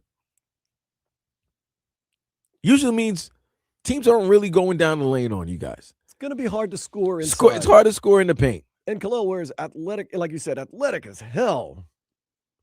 Seems like maybe that could be a little bit of your identity and maybe not just platooning it for the situations you think are right. Maybe go in there and say, we got this. Remember in parts of the year he was saying, well, we didn't play Kel'el because this team was smaller and faster and we figured It's like he just doesn't want to commit to saying, you know what, maybe our best chance is rolling out Kel'el Ware and Bam Adebayo together. Every game. Bam's been saying for the longest, I want to play with a 5. I want to play the 4. I want to play the 4. So let's hear from Bam Adebayo talking about, I want to be out there with Kel'el Ware. I want big fella to be out there. I feel like he listens to me. Sometimes, he kind of ignores Spo. But that's I beg so much equity with him. Throughout the summer, him getting up with me in the 6 a.m.s and through all the pickup we done played, like he listens. He wants to learn. He wants to be out there. Obviously, you know, he's got to earn his minutes. But, you know, when he's out there with me, I feel like he's definitely gets better. All right, Vlad, so correct me if I'm wrong what I'm extrapolating from that. The players realize it. The players want a Bam Ware 1-2 punch, but Eric Spoelstra doesn't particularly like Kel'el Ware. I don't know if that's. We've known players. I don't know if that's accurate. We've known but players on what this team I will that get say, in the doghouse that do not play because they're in Spo's doghouse. Yes, but the fact that I didn't like Bam snitching on him, saying like, you know, he doesn't listen to Spo. You think Spo likes that? No, But I don't think any coach likes that. What, that they tune him out? Yeah, No, I wouldn't think so. But that also means the players like Bam is going as Spo. It's like, I need him. You need to play the guy. I think the players like it. And what was funny is that many people were just talking about how Spo's not playing it, and the fact that Spo had to answer this so many times, it got to him. Like, he had to start watching the film and like, maybe I am too hard on the kid. Maybe, you know, maybe I need to ease up a little bit. But Bam and Kel'el, they played well yesterday. Very well. And we've seen many games that they've played well together. Or they'll play well for instances, and then all of a sudden Ware is taken out and we don't see him back in the game again. And it seems like Bam's all for it. He says he listens. He's always going to be for it. He listens to me. We do pickup games. He learns from me. We work together. Seems like there's a pretty good relationship, a pretty good bond between those two players. But Bam's been saying that since the beginning of the season about his relationship. Him and Ware do get along. It's just something where with Kel'el and Spo, they're working on things. Like, but it's almost 2 years now. Like, this is crazy. So let's hear from Kel'el Ware. Kel'el Ware talking about his relationship with number 13. I mean, yeah, you know, it's just like a brotherhood. You know, he's been through, you know, this before, been through, you know, the coaching of Spo before. So, you know, just listening to him, you know, because he's a player also. You know, he's in the game with me. He's going through the exact same thing I'm going through. So, yeah. Kel'el Ware and Bam Adebayo seem to really like each other. And they like to play together. Play together on the court at the same time. So what's the holdup? And look, it's the eye test. You see that they look pretty darn good with that 1-2 punch out there. Fam, we know that if Miami Heat are talking about any type of trade, right, to get somebody of worth, somebody of note, who's the first person the other team's going to ask for on the Miami Heat roster? For a multitude of reasons, they would probably ask for Kel'el Ware first. That's it. Rookie contract, high ceiling, super talented, a lot of potential. Hasn't even scratched the surface yet. Right. Because Tyler Hero, there's going to be a big contract. He has injury issues. They've seen 6-7 years of Tyler. Right. They've seen 7 to 8, 9 years of Bam. They kind of know what these guys are. You still don't know what you have with Ware. I have no clue. And that's the exciting part. Right. Like, you don't know. It could. I mean, look what he did last night. 13 points, 15 rebounds in 29 minutes, plus 15. Yeah. Had a block. I mean, 6 for 10. He can shoot 3-pointers, 1 for 3. You feel as though if he can get some regular run, kind of get in a groove, could really do some things. Also, pretty good on the defensive end, which is kind of a Heat staple. Okay. We'll see. And the team is, as crazy it is, the team is what? It's a top 5 defensive team. I know. Could be better. So, Kel'el Ware, let's hear from him talking about the advantage the Miami Heat, which we were just telling you, have when you've got Ware and Bam on the court together. I mean, I feel like it's the best, I feel like, for the team. There's some matchups, like tonight. So whenever the matchup is needed for it, I feel like we can go to it. And so, yeah, whenever it's needed. So whenever it's needed, that's what kind of Eric Spoelstra was saying earlier. When it's a good matchup, they'll do it. But we've seen other games where the team rolls out a small lineup and they take Kel'el Ware out, and we still don't do very well. We've lost some of those games. And we're like, why didn't you play Kel'el Ware? Well, it's because they were small and fast. I mean, like, I just don't totally understand what's going on. But if he feels as though Kel'el Ware is better coming off the bench, if he feels as though he needs to limit the minutes that Bam and Kel'el Ware play together, you got to trust in Eric Spoelstra. I just feel as though we've seen more recently Eric Spoelstra have some players in the doghouse that he doesn't play, and you start to have to wonder, is there something more going on that we don't know about? Or is it really he just feels as though matchups are matchups, and we'll play the two together when needed, when it gives us the biggest advantage? Sure sounds like Bam. It can't. Okay, for example, right? You can't hold on for Khalil and like for the Philadelphia 76ers, you know, when you're going against the Embiid or the Jokers, you know you're gonna have to utilize them. Houston only has what? What's his name? Sengun? Sengun? That's all they had as a big man. Steven Adams wasn't there or anything like that, but they do have athletic wings and athletic front court men that you got to utilize Ware and Bam, and you saw what they did. They played very well together, and they're going to continue playing well together. But if I'm a guy, I can understand as a young kid where you're playing well and all of a sudden you get taken out and you're not utilized again. It's gonna play with your head, like what's going on here, and that's happened to Ware a lot.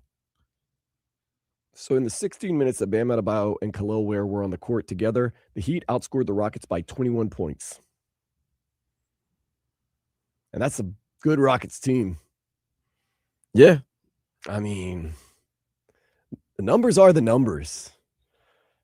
I don't know exactly. I mean, I think I'm like most Heat fans. I'm just trying to figure out what's going on. Why? They are who they are. They are who they are. A consistently inconsistent team. Man, and also defensively, it was pretty darn good. He said it was matchup based. Now, once again, you can match. They had the zone defense. Adebayo Ware minutes worked as the Rockets shot 0 for 14 from three-point range and scored an ugly rate of 71 points per 100 possessions with Adebayo and Ware on the court. So your offensive rating goes up and your defensive rating goes up. Once again, I guess it was a good matchup. That's what Spo's going to tell you. Bam says he likes it. He wants more of it. Ware says he likes Bam, likes playing together. All right. I think they could be a dynamic duo, 1-2 punch. And then I seriously think if Bam had a center, his offensive game would open up even more. It obviously does. We saw that last night. But for what everybody's been demanding or asking for, they want to see 25 and 12 Bam. You could. You could if he had another guy where he doesn't have to solely have to be responsible for both sides of the game, both sides of the court. You have a 24 and 11 right last night from Bam on a night that he, like we said, 16 minutes with Khalil Ware. That's reasonable to believe that those could be his averages. I mean, improve his 3-point shot. He was 3 for 5 last night. That's not bad. But with all that being said, and Dan 305, his Dant 305. Ooh, Dant 305. G9X said. With all that being said, this is still this team is not good enough. Simple, and they're not good enough to contend. I don't know. Maybe they can get a first round victory in the playoffs, but I doubt that as well. I would not like to go up against a front line of Bam Adebayo, Khalil Ware, and possibly Andrew Wiggins. That's a pretty tough front line. They're not scaring nobody. I don't know. You got Pelle Larson coming off the bench, Tyler Hero scoring. They're not scaring nobody. Davion Mitchell, Jaime Hawkins Jr. Okay. I don't know. I wouldn't like it. I would not like it. Something else happened in the game last night that got everybody's ears all perked up. We're going to talk about that next here on 104.3 FM, WQAM.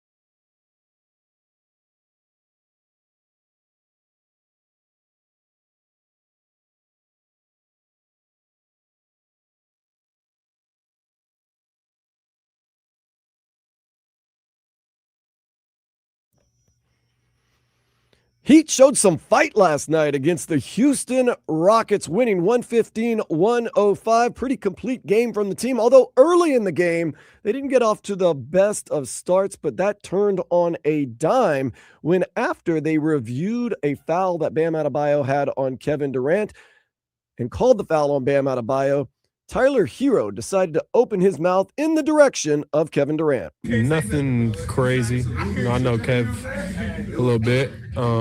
Just competing. I feel like as a team, we didn't have an edge to us in Milwaukee or Philly. So I was just trying to bring a little edge to it. Did you feel like it worked? I mean, we won. The team responded. So we were down 14-4 at the time, I believe. Was able to just get some fire going.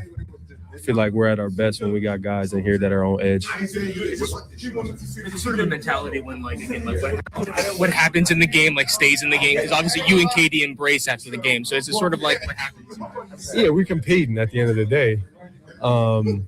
He was saying I couldn't guard, and then I said something to him, and then it's like, but we competing. At the end of the day, you want to be able to play against the best players in the world and compete like that. That's what I live for. I love to compete. When you said you couldn't guard, what did you respond with? Ask Kevin. All right. Ooh, 3 weeks from now, another matchup. Can't wait. We don't have beef. We playing basketball. I like that at the end. Man, we're playing basketball. Why are you asking these questions? I just want to hear the side conversation. Seems like the conversations between the teammates were better than the questions Tobin and the boys and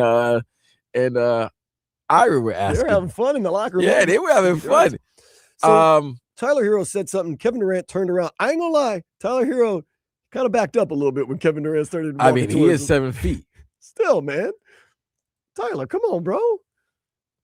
Step up. And he did step back a little bit. I'm not gonna lie. So, nonetheless, it seemed like it was just heated. And Kevin Durant said you can't guard anybody, period. And obviously, Tyler said some cuss words. He definitely said some cuss words. I'll watch the replay. He was throwing some F-bombs out there and everything like that. It's just competitiveness. Tyler Hero saying he wanted to fire up the team. Do you think that was a strategic, or was that just one of those things that happened and, He wasn't trying to fire up anything. This is what happened. They're competing. That's my boy. I'm going to say something. He responded back. Other people heard. And it's really not going to go any further than that. But if my teammates got inspired by that, then so be it. Maybe they don't know the extent to the relationship that KD and Tyler have, but clearly you're only going to talk to that person like that if you know them or you really got beef with them. And clearly they know each other. So because if there was beef, if they had animosity towards each other, it would have been more. Yeah. Somebody would have been grabbed. I think they got caught up in the moment too. And you could see that KD was upset with the foul and Bam was upset that they called the foul. And I think everybody just emotions were running around and Tyler said a word or two magic word that he wasn't supposed to. KD turned around. They started going back and forth. It's in the heat of the moment. Of course, they embrace after the game, but I will say this, Tyler Hero, though, it does seem like he is trying to embrace somewhat of being a leader on this team. And when I say not backing down, kind of getting in the face, getting some words out there and getting things going. KD still had a good game last night. And Tyler, it wasn't 14-4 when that happened. You didn't inspire your team that much. It was like 18-14 when that happened. So it was one of those things. But yeah, I mean, hey, look. Yeah, Gregory's funny. Gregory said these guys will never have beef, bro. They're a bunch of millionaires. They're a bunch of they'll never have beef with anybody with their string beans getting millions of dollars. Yeah, I mean, that's it. There's some real animosity, but the players that have animosity, it can go up at any given moment. Tyler and KD's not. That's not it. KD's gonna insult Tyler in a burner account, and Tyler's gonna be like, "Yo, those are some big words for me, bro." You know what I mean? Apparently, Tyler Hero was fined $2,000. His 6th technical foul of the season. Wait. Wait. With players fined. Oh yeah, you get fined when you get your first 5 technical fouls are $2,000. So apparently, Tyler Hero has reached that threshold. He said it was money well spent. They won. Sometimes you got to earn a tech. Your teammates will pay a technical foul for you. The team might pay a technical foul. What happened? Kendrick Perkins was explaining the story when he was part of the Cavaliers during the postseason against the Celtics, and Jay Crowder was just, Jay Crowder was doing Jay Crowder stuff, and Kendrick Perkins didn't like it. And then in one game, Kendrick came and he set, I don't know if he set an illegal pick or he fouled him, but he set a statement. He sent a message, and it was like, enough is enough, Jay. And guess what? I think he might have got 2 tags. He might have got ejected. And guess who paid for it? The Cleveland Cavaliers. They paid for it because they respected that. That's like in hockey with the what's the guy? The thug. The enforcer. Rimpy? Oh no, but like the enforcer of your team. Sometimes he might, that if he's there at the opening of a face-off, right? Once the puck drop, you know what his intentions are. So your first through fifth technical foul of the season, it was Tyler Hero's first, is a $2,000 fine. Your fifth through, so your 6th through 10th is $3,000. Durant got his 5th and Tyler got his 1st. So they both hit that threshold. So Tyler hasn't even played enough to be earning that many. It's his first technical foul, but now he is in that around. No, it was 6 for Kevin Durant. So Kevin Durant, it cost him what, 4? Cost him $3,000. So 6 through 10 is $3,000. 1 through 5 is $2,000. Tyler got his first, but he's now in that 1 through 5 threshold. That's $2,000. Kevin Durant opening his mouth got him his 6th, which brings him to 6 to 10. That's $3,000 a piece for the technical. So you're basically telling me the Dylan Brooks and Draymond Greens of the world are paying like nearly $10,000 a year. So basically, your first technical foul, $2,000. Second technical foul, $2,000. Third technical foul, $2,000. Fourth technical foul, $2,000. Fifth technical foul, $2,000. Sixth goes up to $3,000. Every time you get a technical, you get fined by the league, and then there's different thresholds. So that's a $2,000 chirp right there for Tyler. That was a $3,000. That was earned. Yeah, man. Look, this is the thing. Your enforcer is your enforcer, like you said. You love that. But when your guy that's not the enforcer goes out there and gets his nose dirty, once your leader of your team does it, it fires you up. It fires you up. It's got to do something. They don't really have an enforcer on this Heat team. We used to have a ton of them, man. There used to be some bad dudes. Oh, who's that dog that we had? James Johnson? No. Just a couple of years ago. It's not, Mr. Corner 3. PJ Tucker? PJ Tucker was that dog, man. UD 40 is always. Oh yeah, UD. That's the embodiment of enforcer. But yeah, Dan 305 is a Draymond's at 50,000. Oh, that's just basically it. But here's the other thing I gotta ask you, Cousin. What's up with Houston Rockets and Tyler Hero always having some beef? Eamon Thompson last year, that's the one where he kind of got thrown down by Eamon Thompson. So I'm guessing the Heat, the Rockets really go after Tyler and say a lot and everybody goes after Tyler. He's the easiest one to go after. They get under his skin more than anybody, apparently, because that's his technical foul every year is right there against the Rockets, not really anybody else. But yeah, we're the enforcer. Who would be the enforcer for the Heat? It's not Tyler Hero. We know that. Enforcer for the Miami Heat. They don't. Keldon Mitchell? Johnson? Davion Mitchell? Myron Gardner? Myron Gardner is a nasty dude, man. He got into it with what's his name? Scottie Pippen Jr. last week. But Myron Gardner didn't even play last night. So. That's what I'm saying. Like, who's your guy? Bam's the captain. He's not the enforcer. Khalil, he doesn't enforce a lot. He's kind of laid back. Davion Mitchell? I don't know if your enforcer could be I'm sorry. I don't know if your enforcer could be a guard, bro. You can. I don't know about that. I think your enforcer's got to be at least forward to big man. Yeah, that's usually the tradition. Like if somebody sees them, they take a step back, or they start questioning. Do I really want to go through? Do I really want to go through this? Some of the great enforcers, of course, like Bill Lambier, Rick Mahorn, Charles Oakley, Anthony Mason, Patrick Ewing, Oak. Oh man, Oak. Zoe Alonzo was an enforcer. Brian Grant was an enforcer. UD's an all-time great. Come on, he's the enforcer. UD's face. That's it. Who else? There's been some great enforcers in the league. You had Rasheed Wallace. Ben Wallace was an enforcer. Ben Wallace, yeah. Meta World Peace. James Buddha Edwards was an enforcer. Rick Mahorn was an enforcer. those guys. The Davis brothers were enforcers. Dale and Antonio. Sometimes you got to know your role, man. Yeah. You help your team. Yeah, we don't have that quote unquote big time enforcer on the team. It just seems like right now. Just a guy that knows that if you go down the lane, you might get put on your ass. Basically, they used to say Bill Cartwright with those early Bulls teams was nasty too. Nah, Spree wasn't an enforcer. Even though you like guards that can go cuckoo for Cocoa Puffs, they're not enforcers. They're just cuckoo for Cocoa Puffs. You know what I mean? Enforcers are big men, like 6'8" to 7 feet, just badasses. And they come out and they say, "I got 6 fouls to use, and I plan on using them. I plan on utilizing them. I'm not leaving any of them on the table. Come in the lane, see what happens. Just tell them, look, come through the lane, see what happens. That's it. Take your head off." There's not really much enforcers in the league anymore. It's become because it's a skill. Enforcer is actually a skill position. Mm-hmm. But they're not. The league wouldn't want to teach that. Isaiah, what's his name for the Detroit Pistons? Isaiah Thomas is not an enforcer. He had enforcers around him. No. I'm talking about for the Pistons now. Oh, you talking about Beef Stew? Yes, he's an enforcer. Isaiah Stewart. Isaiah Stewart. Yeah, Beef Stew. You're absolutely right. He's one of the guys. Jalen Duran, enforcer. Steven Adams, enforcer. Isaiah Stewart. Wait, where is? I don't even see him on the roster. He might be suspended. There's a good chance he might be suspended. But that's what you want. You need that guy.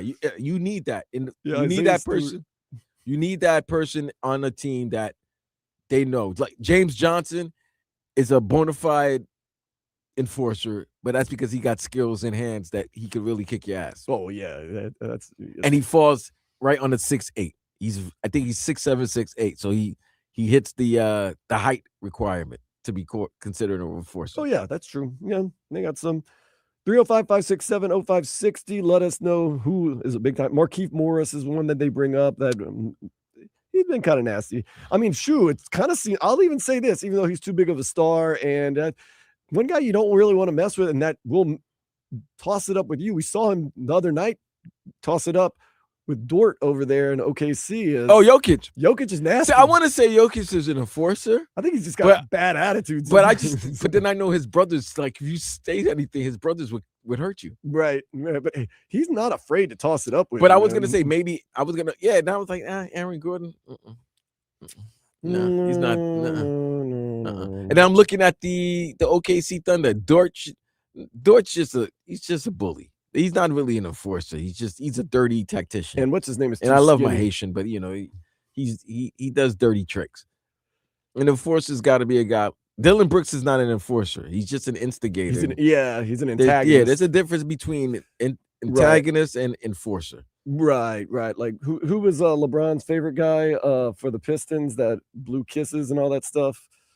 You talking about Lance Stevenson? Yeah. Pacers? No, that's just an antagonist. Yeah, he's just an antagonist. He's not an enforcer. Right. Enforcers, they don't talk. No, they don't. They look at you and they flex, and you know what's up. They don't talk. They don't argue. They hit your head with a bottle. That's what they're the guys that's like, let's go out. They're the ones that want to, because they haven't. Sometimes they don't even play. After a while, they just don't play. They just paid just to be the enforcer. I don't know where he's at now. Big New Zealand guy that played with Pitt in college. He played in Oklahoma City for a long time. He's an enforcer. Steven Adams. Yeah. He's in the Rockets. Oh, he's with the Rockets now? Yeah. Oh, well, they could have used him last night. He's hurt. That's the thing. He's hurt. You can't be an enforcer if you're hurt. He's hurt. I mean, unless you were enforcing, and that's how you got hurt. Those are guys where, they don't pay their fines. The rest of the team pays the fines. Like, take it. They're good. Okay, so Tyler Hero definitely not an enforcer. If Tyler Hero's the enforcer of the Miami Heat, we got problems. You got problems, B. We got problems. We got no problems except for the weather starting to look really nasty outside. How that's affecting some of the baseball games in and around South Florida, we'll find out next here on 104.3 FM WQAM.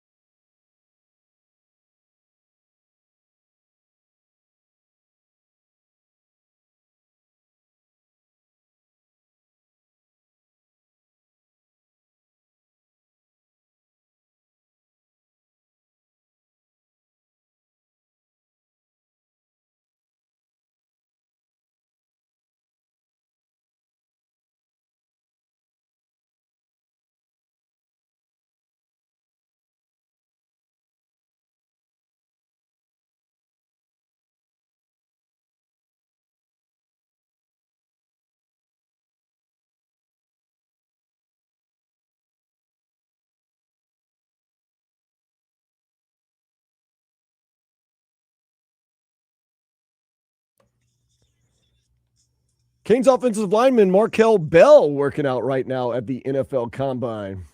Get those tootsies down. He slipped a little bit, but I hope that doesn't have him slipping in his draft stock. Or maybe I do hope it helps his draft stock slip and we can get him at a very good draft pick here with the Miami Dolphins because we need help pretty much everywhere. Vlad, as we went through a to-do list from the Miami Herald's Omar Kelly, we need a lot of help, but don't feel alone. A lot of teams need a lot of help at this point in the season with no free agency yet, really no draft yet. Fill some holes with a draft. Hey, that's John Eric Sullivan's specialty. He better. He said, we're going to find players where others don't. Look, you have a stellar draft. It can change your franchise overnight, basically. There was one year, Sean Payton was doing the cooking with the Saints. Oh, those 4 that he drafted, right? There was a year where 6 of the 7 guys he drafted either started or played the next year, played significant minutes for the Saints. You know what year that was? That was the year they won the Super Bowl. Yeah. You have a big draft, you can really turn some things around. Now, of course, you still need a quarterback. Well, that's the key, because look, I will tell you this. There are other things the Saints did have to play. Jets would have the 2022 draft the Jets had was great.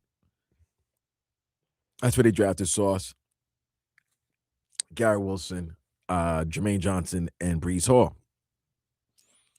Sauce was an All-Pro. Gary Wilson's a 1,000-yard receiver and won Offensive Rookie of the Year. Jermaine Johnson was a very good young, pass rusher, and Breece is an all-purpose running back. So when you do a draft like that, it's great. So now you have the pieces. Unfortunately, you just didn't have the quarterback. Even when you tried, you're thinking you got the pieces, you go after an Aaron Rodgers thinking that that's the guy with all the pieces, all the talent that you have. You just put that guy there and everything should work. And sometimes it doesn't, even with a quarterback with the accolades that Mr. Rodgers has. So, great draft, but if you don't have that guy behind center, it means nothing. Because look, this is how good the players were. We were able to flip Sauce for 2 first-round picks. Mm-hmm. Right? We just traded Jermaine Johnson for a young defensive tackle. So those players that you draft, they're good. And then it could get to the point where they're so good, but your team is not good that you're able to trade them to get more assets back. If you don't got that guy behind center, man, it's all for naught. It's tough, man. It is tough, but just load up in the draft and let the chips fall where they may. We're going to have to trust Jeff Hafley, John Eric Sullivan, who are finishing up over there at the NFL Combine in Indianapolis. Hopefully they can get us some diamonds in the rough, some future superstars with our team. And we need all the help we can get at a very reasonable price because we all know the cap situation is not very pretty here in South Florida. 305-567-0560. A couple people weighing in on the enforcer thing. Marcus Smart, is he an enforcer? No. Whew, that's a close call, though. No.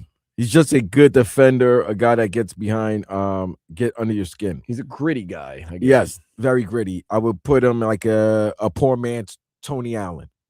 Yep. Tony Allen wasn't an enforcer. He was just a great defender.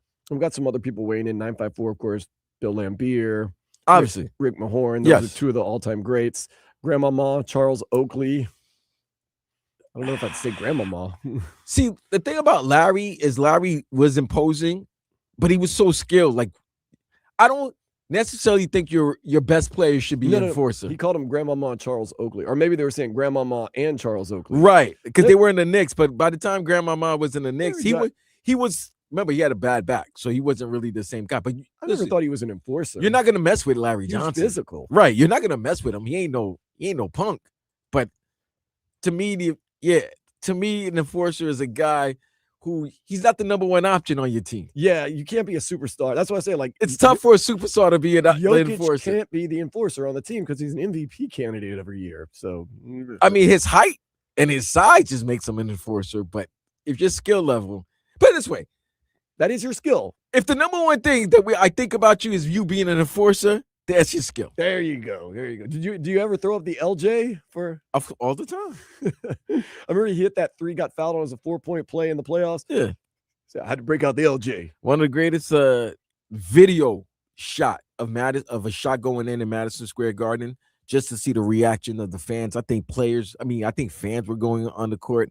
Maybe a Puff Daddy was on the court, and Derek Jeter and all that stuff. It was just an unbelievable reaction when Larry Johnson hit that 3. And it got fouled, right?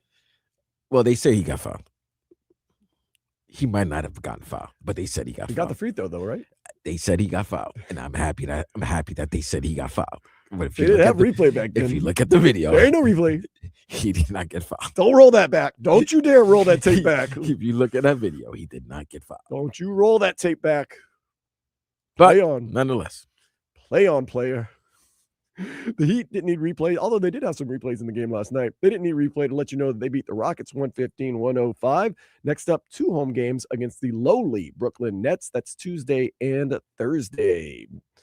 Man, Brooklyn is really bad, man. Yeah? What makes you say that? Because they stink? Because their record, they're 15-44.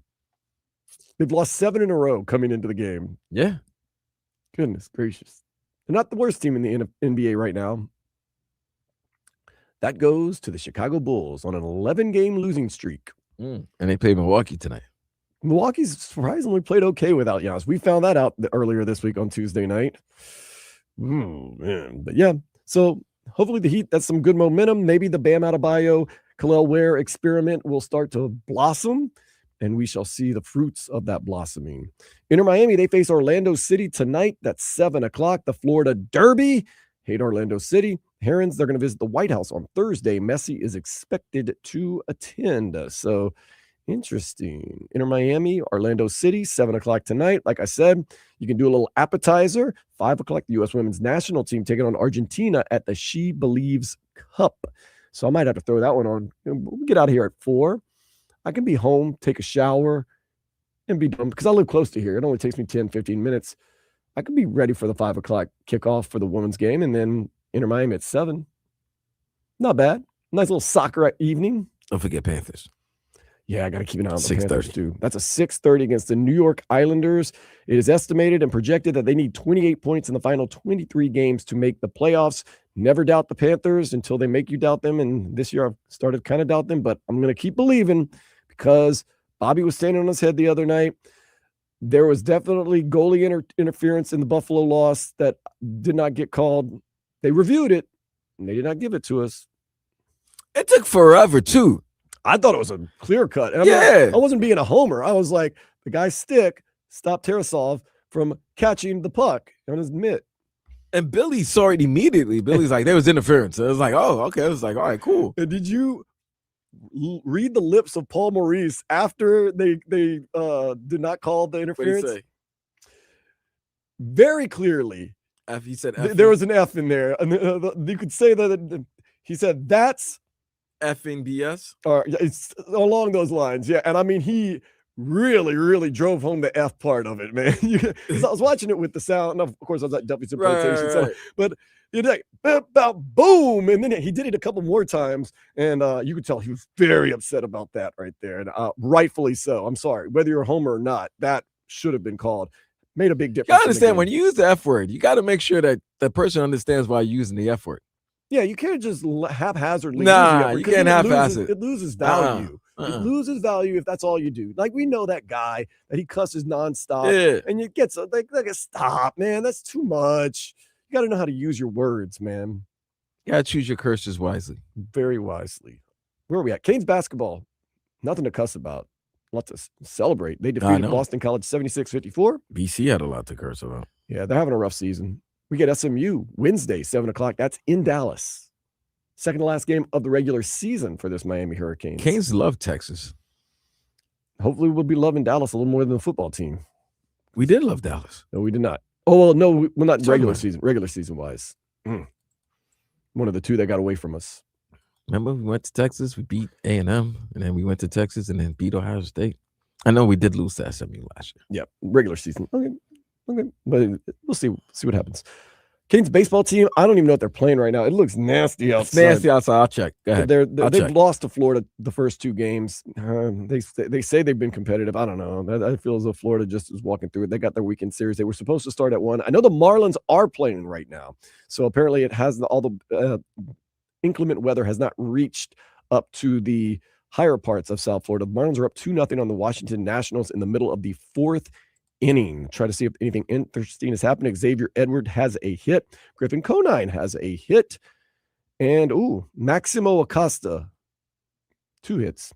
Chris Paddock pitched 2 innings, no runs. Tyler Phillips has now pitched an inning with no earned runs and 2 strikeouts. So we'll see. We'll see. We know Kyle Stowers will not be playing anymore this spring training for the simple fact that he has a little hammy problem, and they're not going to risk it. Their all-star, getting their all-star out there, getting hurt in spring training baseball, and they have a lot going for them, especially when it comes to Kyle Stowers, keeping him healthy, because this team was rocking and rolling with him as an all-star last year until he went down towards the end of the season with a little bit of pain. There is talk the Dolphins could be trading Pro Bowl safety Minkah Fitzpatrick to the Jets. Minkah Fitzpatrick has not made it very evident, but without saying anything, he said a lot that he's probably not wanting to be here in Miami very much. That's how you make a stink. You don't go on a podcast and go, I hate this place. You go and say absolutely nothing. And when people ask you, do you like it down here in Miami? You're just, hey, man, I'm just focusing one day at a time here. Like Jalen Waddle went on Teron Armstead's podcast and said, I'm here, Miami. This is my team, whether it's a rebuild or not a rebuild. I'm here. That means you're cool. When you're not saying anything, you're saying a lot. Game hasn't started yet between the Gators. Okay, so the weather. Yeah, it's supposed to be 1 p.m. first pitch. And remember, it's a Sunday game, so there comes a cutoff time where they might just have to forfeit the game for travel reasons. Because kids got to go back to school. Kids go back to school. It's only a 45-minute flight. I know. But still, that's an NCAA rule, though. Or maybe it's a conference rule. I don't know. I get confused sometimes with my college baseball. But yeah, many a times I've had to sit around and wait for a Sunday game only to have it canceled. However, this upcoming Saturday, we could do what we want to do. Football, basketball, 1-2 combo? Basketball, baseball, 1-2 combo. I don't know why I said football. I don't know either, but I was like... I obviously was not thinking about what you were saying. Yes, the Canes play Louisville at 2. In basketball. And then at 6 p.m., the Boston College Eagles visit the Miami Hurricanes at Alex Rodriguez Park at Mark Light Field. All right, let's send that email and see if we can't get some tickets. Yeah, that's happening. That should be an easy. I mean, when I say an easy ticket, I know it's Louisville. It's the end of the year. There's a lot on the line, but baseball should not be a problem at all, and especially this early in the season. I would hope not. And basketball. Watch, I'll be like, here's the baseball tickets. We don't have basketball tickets. I'll be like, man, I'll find my way in. We'll get credential for that one. We know some people. We know some people who know some people. We know people that know people that know people that can vouch for us. And if not, we'll just go and BS our way in. Like, we're here from the flagship station. We're covering the game. What are you talking about? What do you mean my name's not on the list? You know, here, look at the website. Look at the Instagram. Look at this. Come on. You know better. We'll figure our way in. You've had to do that a couple times. You had to do it at the Winter Classic, kind of. What? Talk your way in.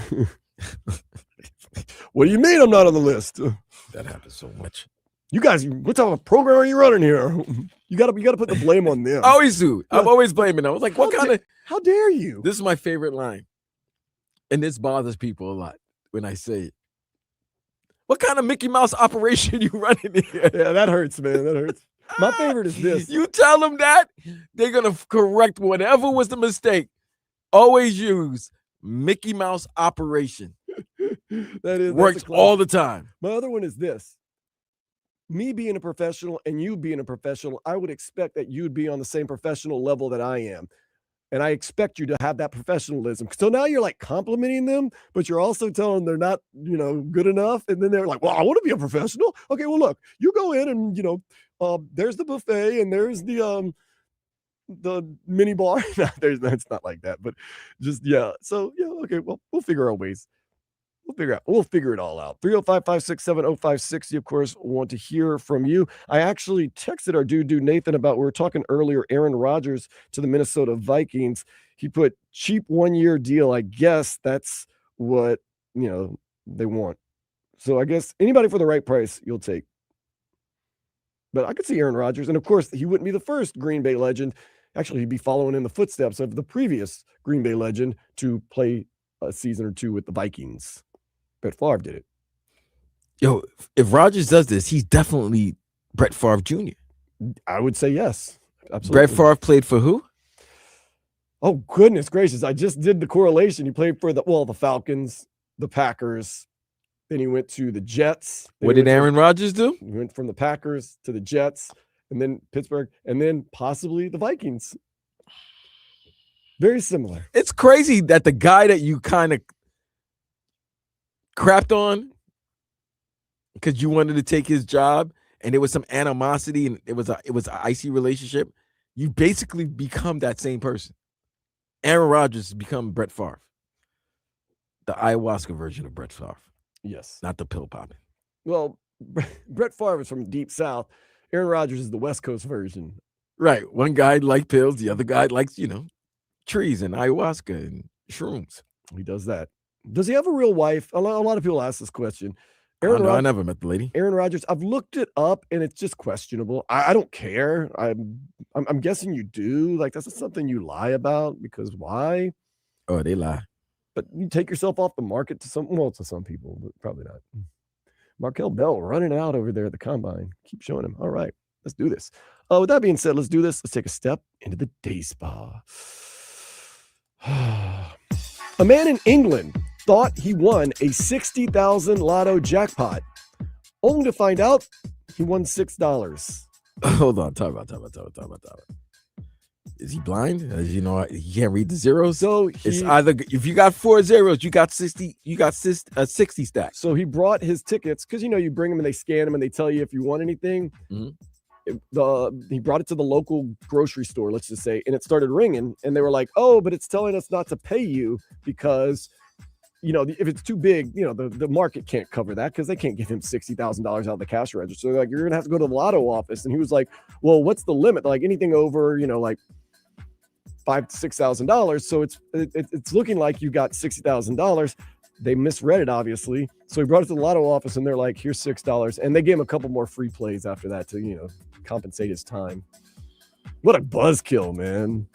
What a buzzkill. Fam. Hopefully he didn't go on a little spending spree. I mean, whatever money you had, I would hope. I hope you didn't think I'm getting a new 60. Let me go spend this 10. That's the problem. Maybe you did. You've been eyeing that new car, go out there. It's good. I got this. The money will be in the That's gotta hurt. 60,000 to go to 60,000 to $6? Yeah. $6?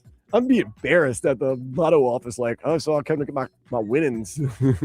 No, but did they tell him they said the machine must have just misread it or something like that. Nah, bro, your machine lied to me. You owe me. They gave him some free play. I don't care about no damn free plays. That could be worth more. I'm just saying that theoretically.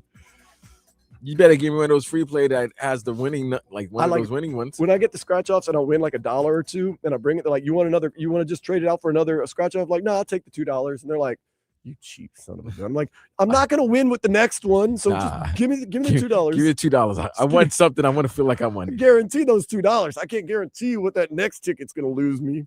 So I just take the $2 and slink off. Maybe buy some gas at the same time just to kind of be like, oh, I'm buying gas. I don't know about $2 gas, dude. No, I'll buy like, here's $10 for gas and I got to cash this card in. And they're like, it says $2. You want another ticket? I'm like, no. All right. Just give me the $2. Gotcha. Got it. All right, we got it.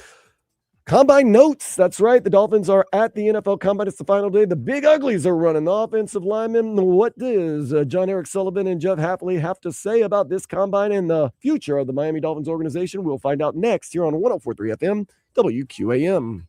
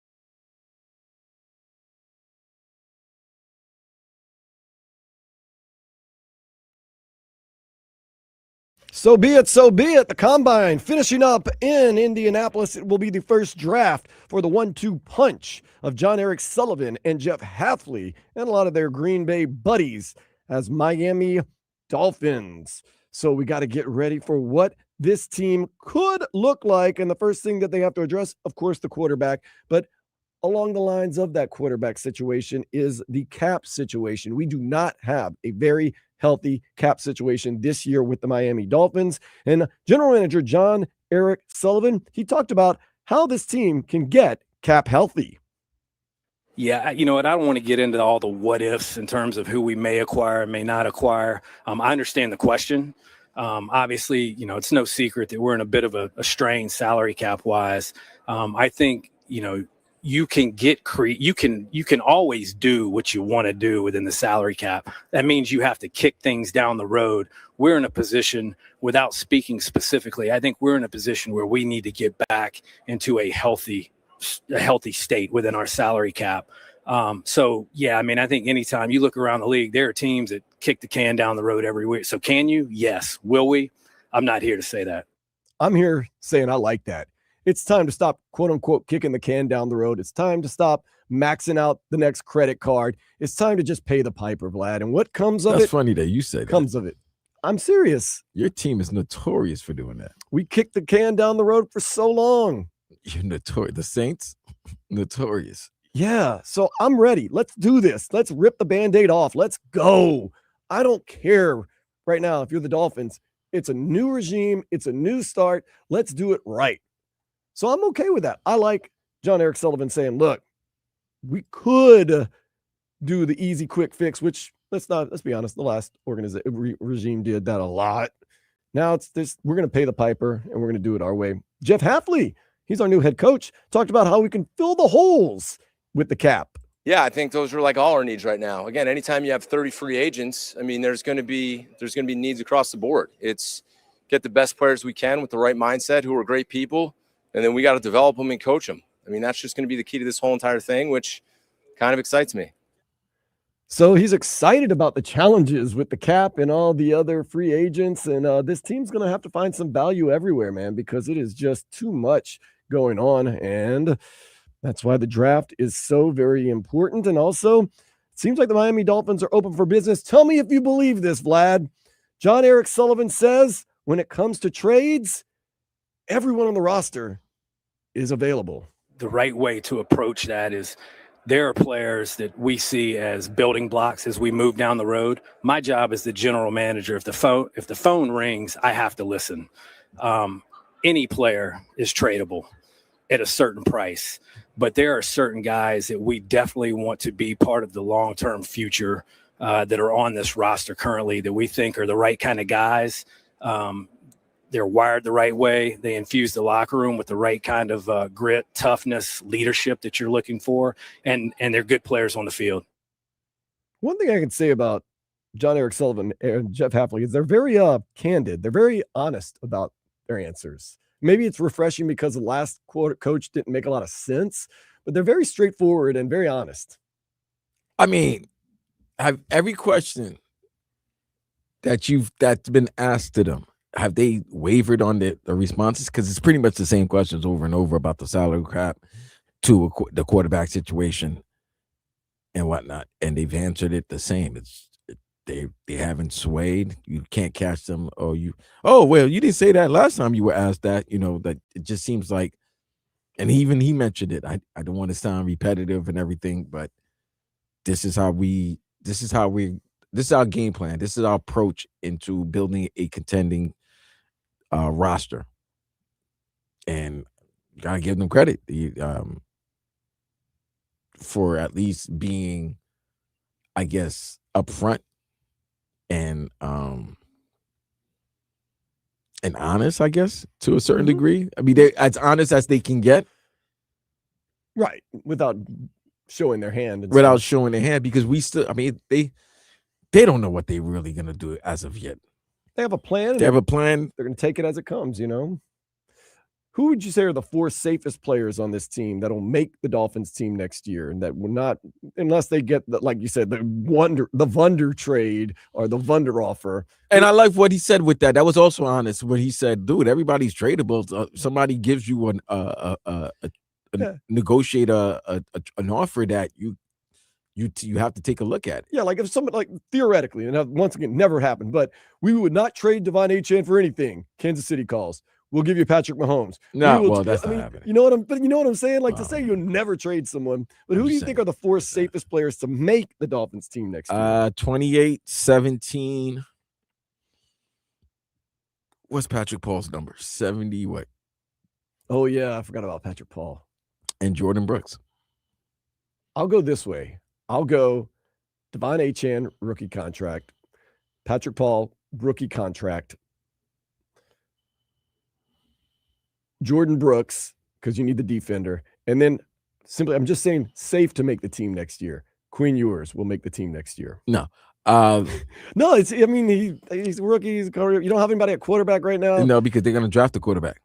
Okay. So you're not saying Quinn Ewers is going to be so no, yeah, because they said that every year they're drafting a quarterback. So that doesn't really put Quinn Ewers' job security. The only guy I think that is not on a rookie contract that's safe is Jordan Brooks after the year he had, and he's one of the foundations of your defense. I would say maybe Zach Sealer. Zach Sealer's another guy that I think but he can be safe. moved if there's a good offer that a team would like to utilize Zach Sealer's talent. Because he probably doesn't want to be in a rebuild at his stage of his career. Yeah. And Aaron Brewer. If you can get the money right. If you can get the money right. Because he established as being one of the best centers in the game. Yeah. And he's been kind of an anchor on that offensive line that's really helped you guys. When I say anchor, a solid anchor, holding everything down for you. So it's pretty good. All right. So it's very important. This draft seems like it's a way that Sullivan and Hafley can really make their mark and change the fortunes of this team. John Eric Sullivan did talk about building through said draft. Sure. Again, I mean, I'll put it on me. I think where we are as a roster, like here's the reality of it. And you guys know this. We have 8 picks, right? I mean, as we sit here today, we have 8 picks. It's my job to be very creative and aggressive in how we use our 8 picks, and then our undrafted free agency process, and then the 53 cut, and then, practice squad steals. We got to build this thing out, but we have to build it out so that it's sustainable over time. You can't do that overnight. So at the end of the day, I mean, to answer your question, I'm going to do everything in my power, 365 days a year, to infuse competition into every room by the avenues given within player acquisition. All right. So once again, liking what I'm hearing, I'm going to build through the draft. He also admits it's not going to happen overnight, trying to temper down expectations, which they've seemed to do a lot this early onset with the Miami Dolphins. And they're just going to keep building. They have 8 picks in this year's draft, which is reason for optimism. Yeah. If he hits on 4 or 5 of them. Yeah, that's good. It's great numbers. That's a great percentage. They're at the combine. What is John Eric Sullivan looking for when he's at the combine? I think getting to know the kids. I mean, obviously, look, all of it's important. All of it's important. If it wasn't, we wouldn't be here. I think when you get a chance to watch these guys interact with, I say teammates, the guys that they're at the combine with, when you get to see how they compete in the drills, obviously the metrics, how they test athletically. And then when you get to sit in a room and interview them and see how they articulate themselves and get a feel for them, ask them what's important to them. What do they want to accomplish when this is all said and done? The things that they say back to you, it allows you to get a look under the hood. What do they prioritize? Is it winning? Is it things that are more me and I, or is it about the team? Those are the things that as we build this out in Miami, we want culture guys. We want guys that prioritize winning football games over individual success, if that makes sense. So those are the things that I'm looking for.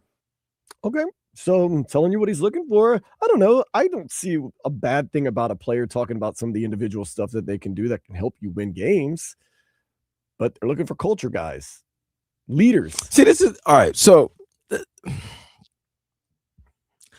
you don't want anybody, it doesn't matter in life, that's not confident in themselves. Exactly. Right.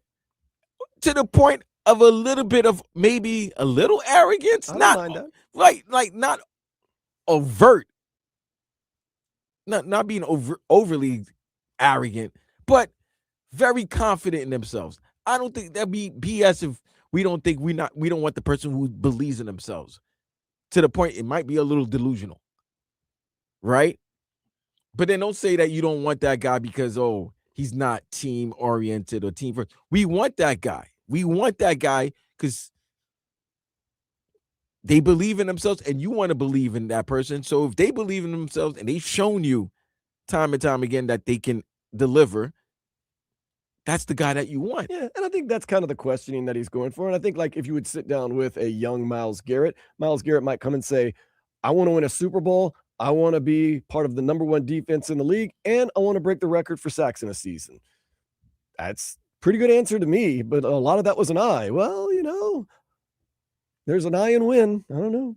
So the age-old question, Jeff Hafley was posed, going along with what Sullivan said about what he's looking for at the combine. Do you want high IQ or high talent? Well, you got to have the physical tools because, I have the football IQ to do it, but there's no way I could ever play, right? So you got to have, and I'm joking. Well, no, I really don't have I'm kind of not joking, but you have to have the physical tools to have the ability to play, right?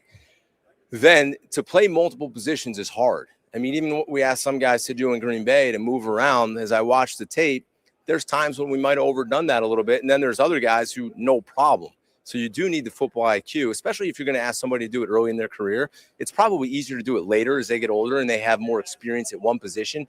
But you don't want to take somebody early and spread them too thin because then they're not going to be good at anything. So it kind of sounds like he's taking talent over IQ right now. That's what it sounds like, buddy. All right. I'm trying to extrapolate everything, and I'm just wondering if that's what I'm hearing right. And you know what? If you don't have the greatest IQ, we'll put you in a position that helps you to succeed as best you can with the talent that you have. So, yeah, okay, well, I think at quarterback it gets a little more blurred, but I think for offensive line and defensive line and stuff like that, I think you got the talent. We'll figure it out for you. Speaking of figuring it out for you, an offensive lineman, John Eric Sullivan, said what he likes to look for in an offensive lineman. Sure. I think anytime you're evaluating offensive linemen, first and foremost, it comes back to the tape, right? Are they productive football players on film? And then this is part of the process, how they measure, how they run, how they jump. But, you're dotting I's and you're crossing T's, but this process is just one part of the process for me. And I'm speaking for me. Obviously you want big guys that are good athletes, but at the end of the day, it comes back to how do they play football? And so, yeah, I'm looking for good football players. I'm not looking for guys that are particularly good testers, but don't show up on tape. So it's all about the tape. If Francis Mauigoa can drop to number 11, I would guess the Miami Dolphins would take the Miami Hurricane.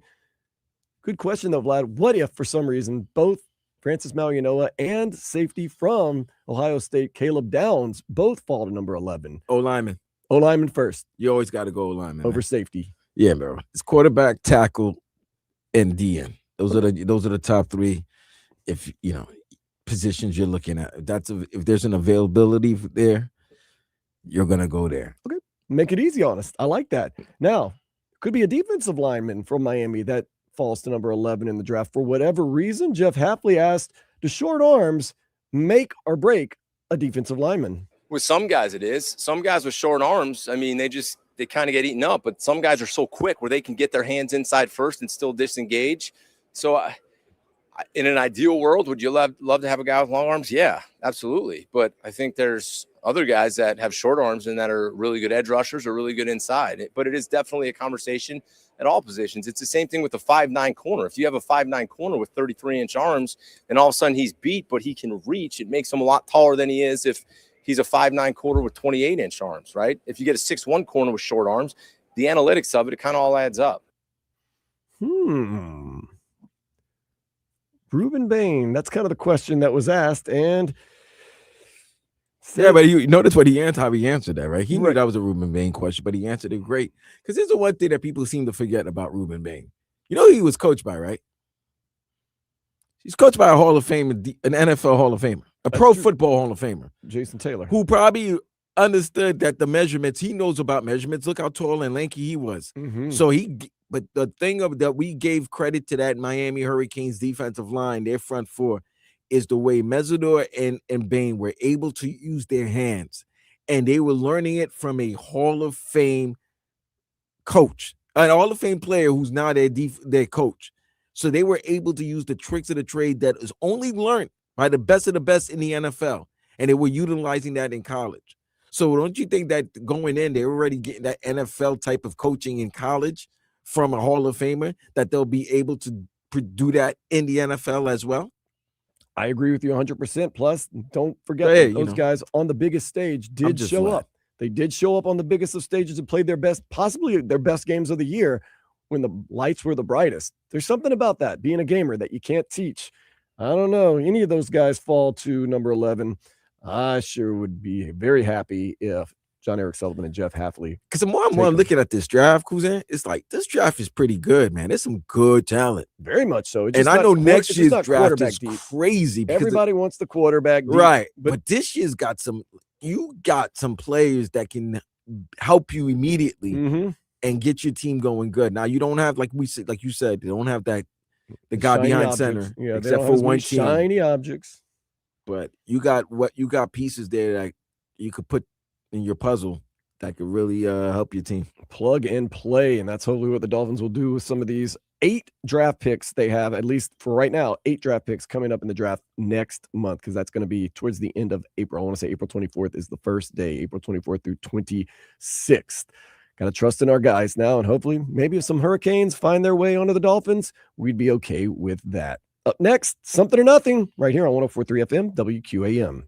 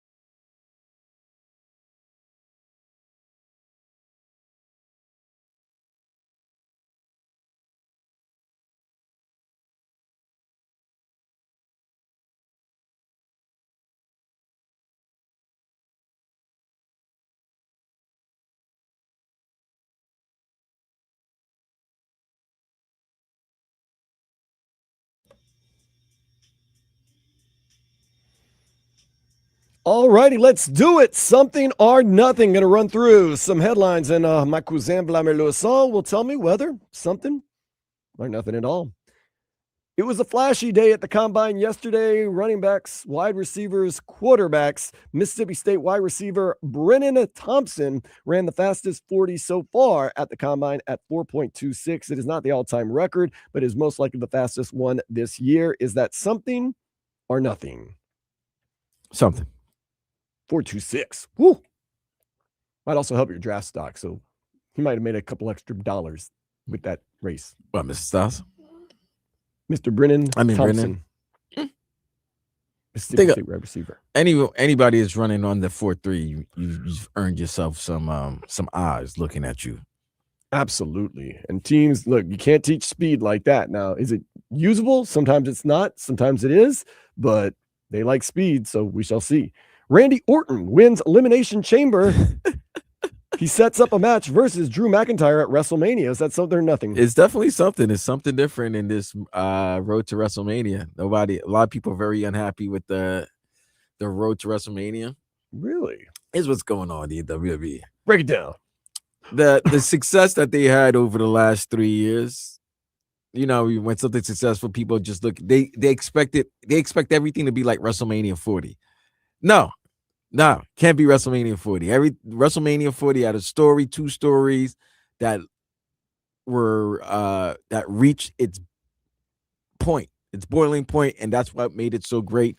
And because of WrestleMania 40, you see all the added exposure of WWE. So this year they're going back to Vegas again. Then people weren't happy with last year's WrestleMania, so they have a good main event in Punk versus Roman. But now they didn't want to be, people were kind of getting tired of the same old Cody Rhodes story.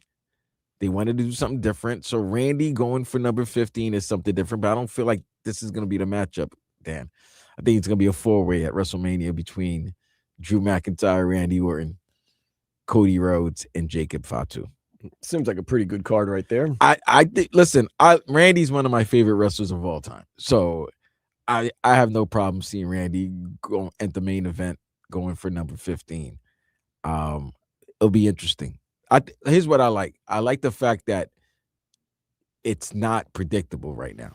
That is cool stuff. I do like that. That does make me a little excited. One of our favorite players in the world, Lamine Yamal. Ooh, hat trick versus Villarreal. Third youngest, right? Yes, third indeed. youngest to do that. Yeah, that's something, man.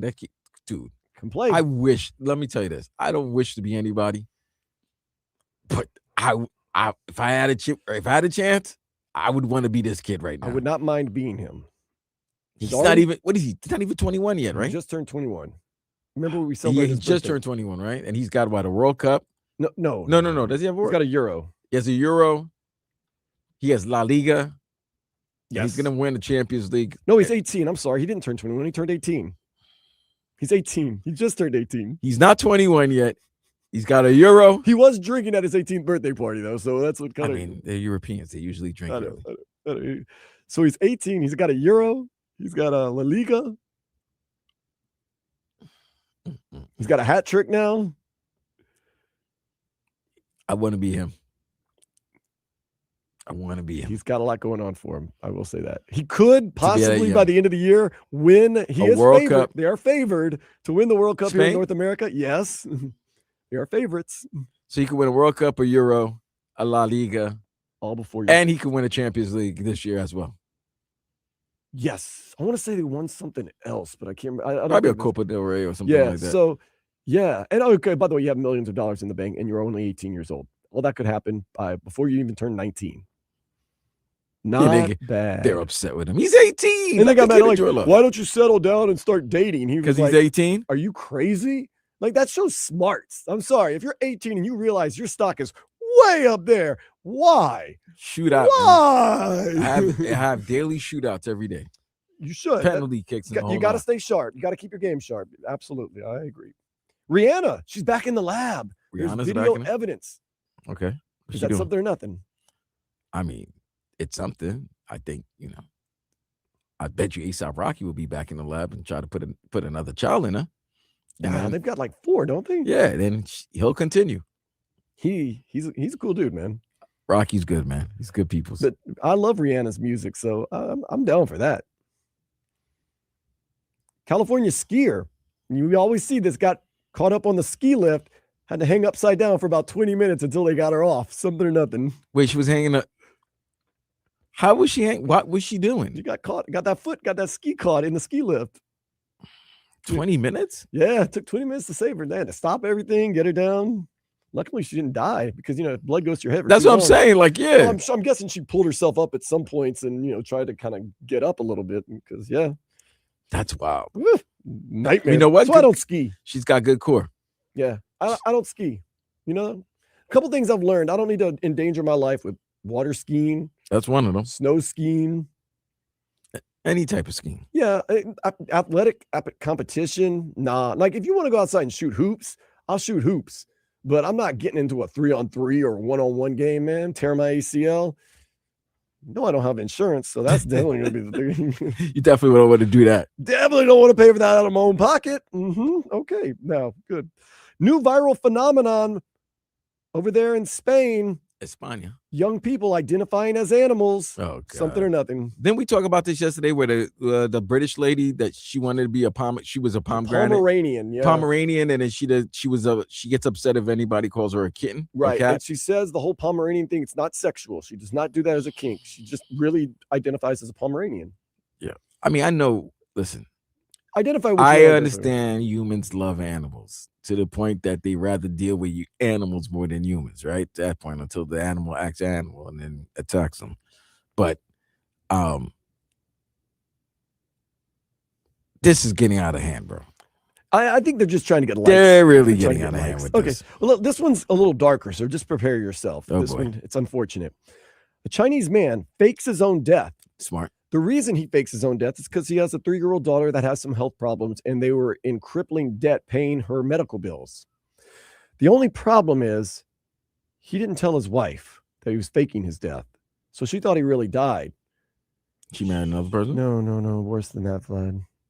She decided that her and the 2 children to go ahead and meet their daddy on the other side. They killed themselves too? She killed her 2 kids and herself. And then the man shows up and is like, oh my God, why do you not communicate your fake death to your wife? You dumb piece of crap. It's like Romeo and Juliet, man, but it's not a book. It's real. Oh, let's lighter stuff. There's a woman that says she could not fall asleep at night unless she has an episode of Friends on the TV, something or nothing. That's something crazy. And the Chandler Bing is going on here with her. It's a medical problem. Like, I understand having a TV on and going to sleep, like you want that, but it has to be. She won't go to sleep unless there's an episode of Friends. Fall asleep. Cannot fall asleep. She tried everything. It's got to be Friends. What does that say about Friends? That it puts people to sleep? Or comforts her. She feels as though she's amongst friends. She's in a safe place. But she thinks she's with Monica and Rachel and all of them? Yeah. Joey, Chandler, Ross, Phoebe. Okay. Last but not least, Vlad, Michael Phillips of North Carolina. I'm going to call him out because he's proud of this. Michael Phillips of North Carolina claims to have the world's smallest man's member. Third leg? And chooses and dares anyone to prove him wrong. Now, Vlad. Wait. Time out. No, it gets worse. Oh, it can't get worse. How are you going to get worse? But first of all, you're proclaiming that you got the smallest human member. You got a small member, right? The world's smallest. The world's smallest. Not even North Carolina's smallest. You're saying it's the smallest in the world. Now you want other dudes to DM you. Now you want there. Now you want to have a small off? Yeah, like yeah.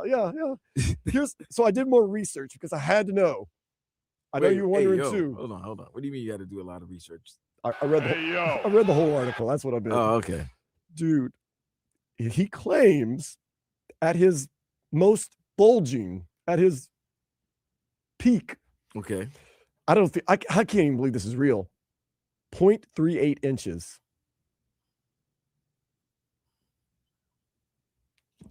Go to break. I can't believe this, man. This is how we end this third hour. Talking about a man's third leg and 3.8. Jesus. He's proud of it. What can I say? A draft. If a cold wind comes by, it's over for this guy. This guy goes negative. Do you have a negative? It's Rap City for this guy. But he's proud of it. He says he wants to raise awareness. Nah, he wants to be, you know what? He wants to, I can't even say for likes. Who's gonna like that? He says he does not get involved very much sexually. You think? He says it just doesn't work out. Oh, no. I mean, maybe there's somebody that likes that. I don't know. Oh, no. But look, Michael Phillips of North Carolina, very proud of it. All right, Michael Phillips. Clearly, you're not Michael Phelps because it's definitely your guys ain't swimming. Whew. We got to go do some reconnaissance, Vlad. So let's take a break. We've got Daniel Solana coming in the next segment. He is going to be joining us talking about this Inter-Miami Derby tonight against Orlando City, maybe this women's matchup against Argentina. And why not throw in some Lamine Yamal while we're talking about it? You know, he sometimes has been critical of Lamine Yamal for partying too much. So we'll see how he kind of feels about the whole situation. And this upcoming World Cup, let's see. Can Lamine Yamal win it all before he's 19 years old? Maybe just retire and live the good life? Nah, we don't know about that. Back quickly. I mean, how much better could it get? We're going to find out. Vlad, let's make this run right now. Let's do it. We'll be back. 104.3 FM, WQAM.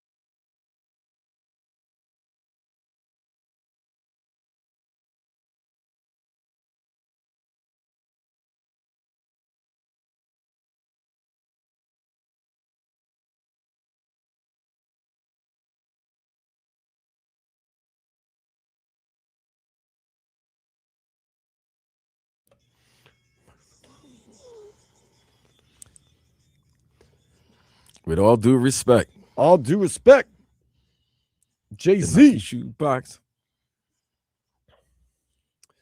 I don't know if it's bad where you're at right now, but it is coming down cats and dogs here. Oh, it's nasty outside. In El Portal, and I'm guessing the Miami Hurricanes. Yeah, it was Gators canceled. Game. Oh, that game was canceled. canceled. It was canceled. Straight up. Okay, so I hate to say it, and save Miami a quick L right there, because they just can't seem to get over the hump when it comes to playing against the University of Florida, which is a very good team and everything but about football. So the University of Florida basketball team yesterday won, clinching the SEC, at least a partial SEC. You know what's crazy about that? They started the season not great, and they're now in the top 10, and they have a good chance of repeating. And I can't wait for this tournament.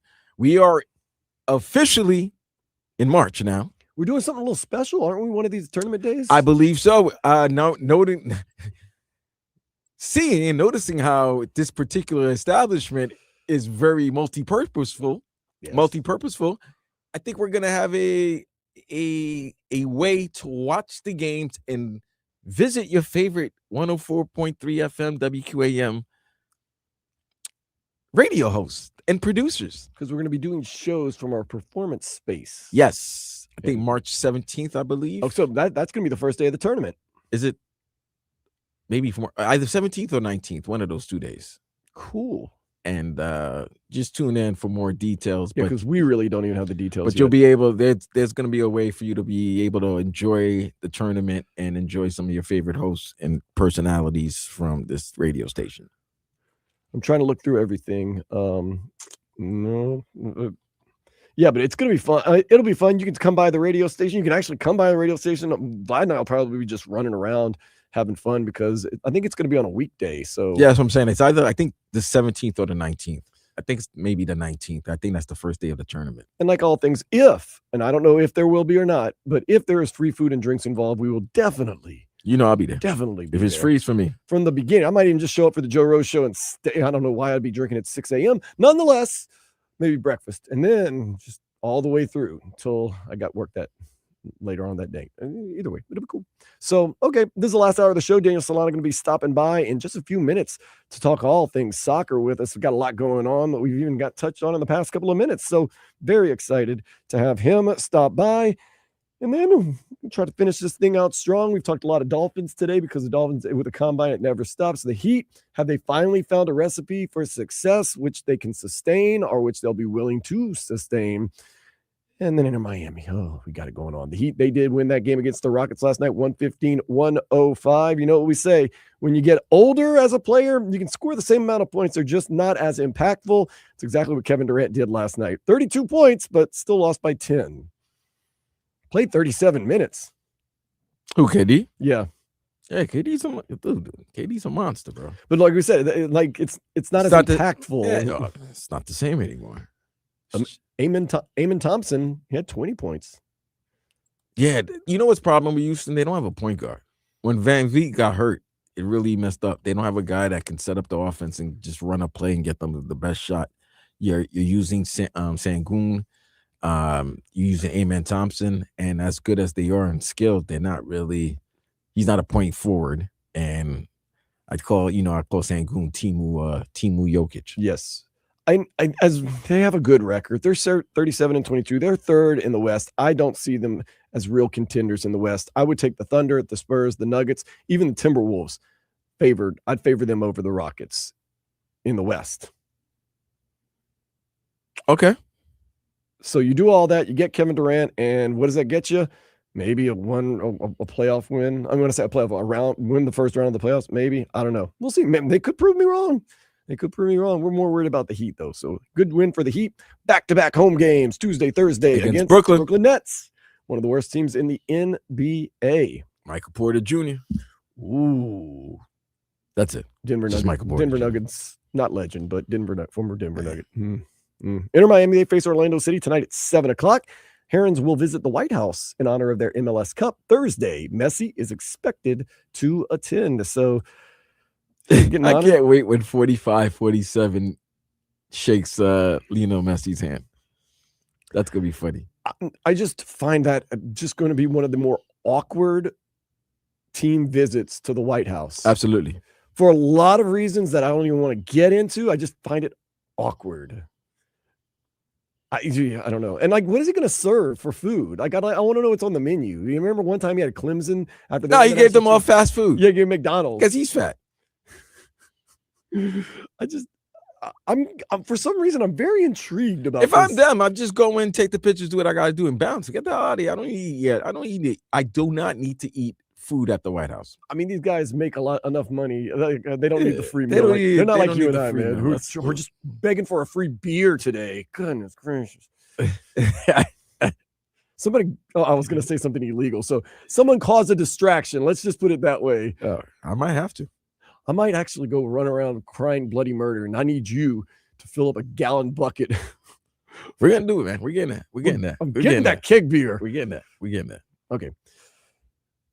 Canes basketball team, they're real. They defeated Boston College 76-54. Great defense, by the way, in case you didn't realize by the score, 76-54. They play at SMU Wednesday, 7 o'clock. Glad you mentioned that, because that's another thing I'm impressed by the UM's team. Remember early in the year, they were trying to score as many points as they can, score 80, 90. and 80 or 90. But if you notice, they're good.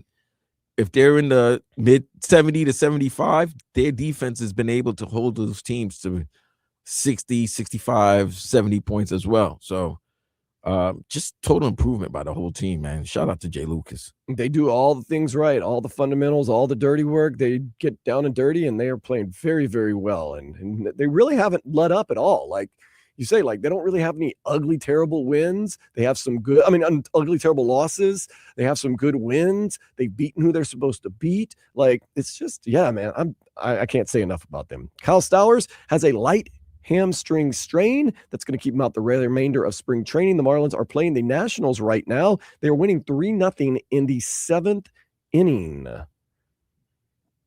And there's nothing really else to say. Chris Paddock, he had a decent day. 2 innings pitched, 1 hit, 1 base on balls, 3 strikeouts. So got some strikeouts there. So, spring training baseball. Don't want to dive too deep into it yet. There's talk the Dolphins could be trading off former Pro Bowl safety Minkah Fitzpatrick. Could be going to the Jets. We'll see. But yes, it seems like Minkah, out with the old, in with the new, could be another, I wouldn't say victim of the new regime trying to get their guys in. I think he would probably say that he was probably one of the beneficiaries of the new regime. I think you could trade Minkah to a contending team like the Rams, because I know the Rams are going to be losing some secondary players as well. So maybe you could trade with the Rams for Minkah before letting him, before having to release him and just saving cap. Maybe you get a draft pick or something. And the other talk was possibly Omar Kelly from the Miami Herald said that they could hold on to him towards the trade deadline. Well, the trade deadline is in the season. I understand, but in case you don't. Oh, you talking about during this? Hold them throughout the season, right, and then right. wait till the trade deadline in November. That's another option. I mean, if you don't get what you want, it's one of those things. So yeah, they've got options, and it just seems like Minkah Fitzpatrick. The option is to at some point not be here with the Dolphins anymore. Okay, but we'll see. Panthers, it is projected they need 28 points in the final 23 games of the season to make the playoffs. They face the New York Islanders today at 6:30. Pregame starts at 6 right here on 104.3 FM WQAM. A lot of work to do, but if there's any team that has it in them, it is the Florida Panthers, who, I don't know, they've proven to us in the past, if they can get healthy, they can be as good as any team in the world, if not the best team in the world. Still kind of riding high off that USA hockey gold medal. What a cool day. So they fly in, they take a double-decker bus.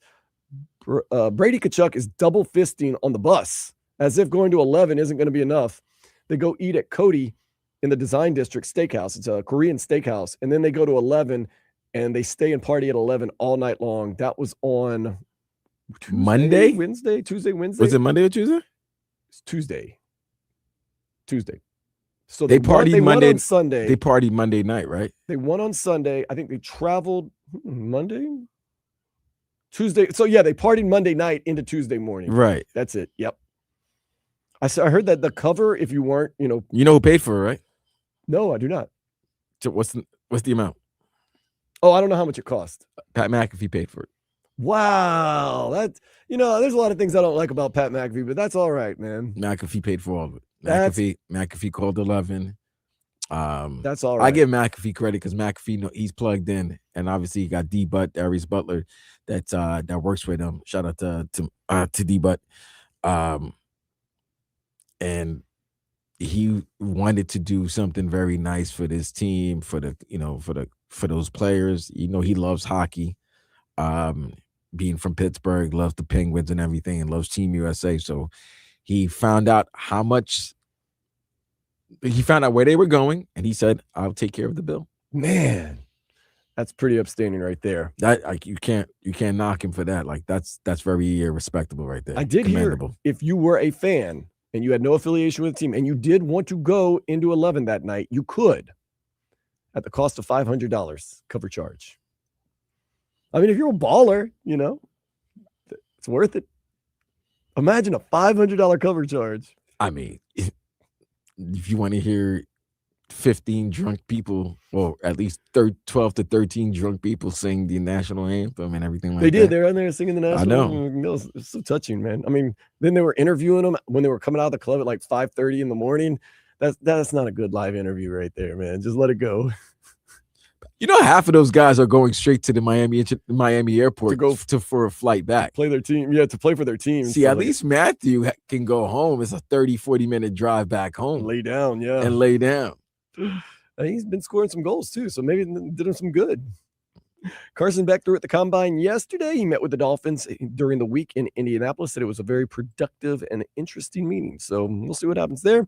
And the U.S. women's national team, they take on Argentina in the She Believes Cup today at 5 o'clock. We're going to have Daniel Solano on in just a couple of minutes. We're going to kind of discuss that because, this women's team has an interesting lineup. And I know Miami's got a big game tonight. And we've got a World Cup coming up, 7 games here in South Florida. That is going to be a hell of a hot ticket. I cannot wait for that in June to get started. June through July, beginning of June through the beginning of July.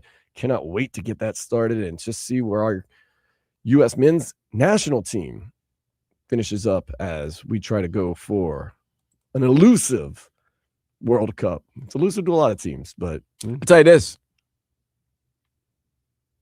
The men's United States soccer team wins the World Cup. It's bigger than the U.S. team winning the Olympic hockey gold medal. Yeah, 100%. I absolutely. It would also be like the Miracle on Grass, too. I mean... Miracle on Grass. I was gonna say Miracle on Ice, but no, Miracle on Grass. That just sounds funny. Sounds like this. If they made a movie about your life, Vlad, they might call it. That might be it. Miracle on Grass. Vladimir Lewis's story. See how one man in his grass, under the influence of grass, what one led man, a team. What one man in his grass can do. Led a team of disorderlies to a USA World Cup victory. Only on Tubi. In a world. Okay. That's definitely a Tubi movie. Yeah. Subscribe to Tubi.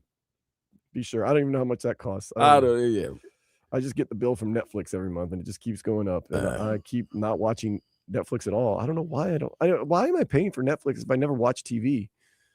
Well, your girl. That's a good reason. Why do I do anything? Your girl.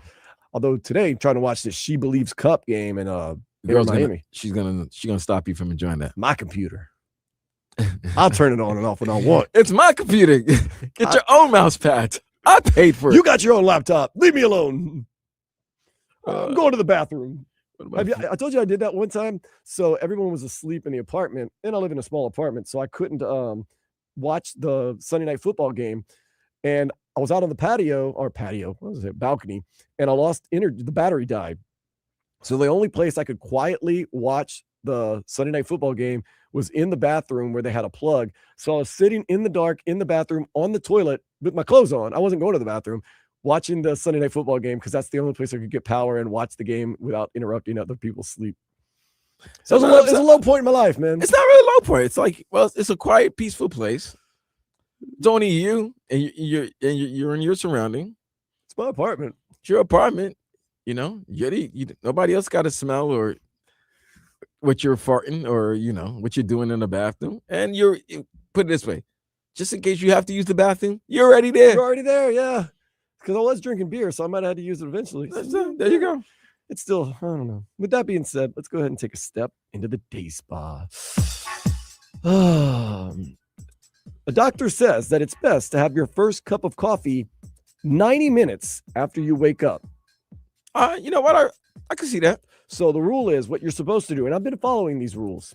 You're Have you supposed to now? wake up and drink a cup of water, a Okay. glass of water, because you dehydrate in the night. Absolutely. Simply breathing, they say, dehydrates you, and you sweat in your sleep sometimes. You definitely sweating. You should wait 90 minutes before you drink that first cup of coffee so that your body has kind of come to grips with everything going on, and it maximizes the caffeine. My only question is to the doctor, how long should you wait till you have your first beer in the morning?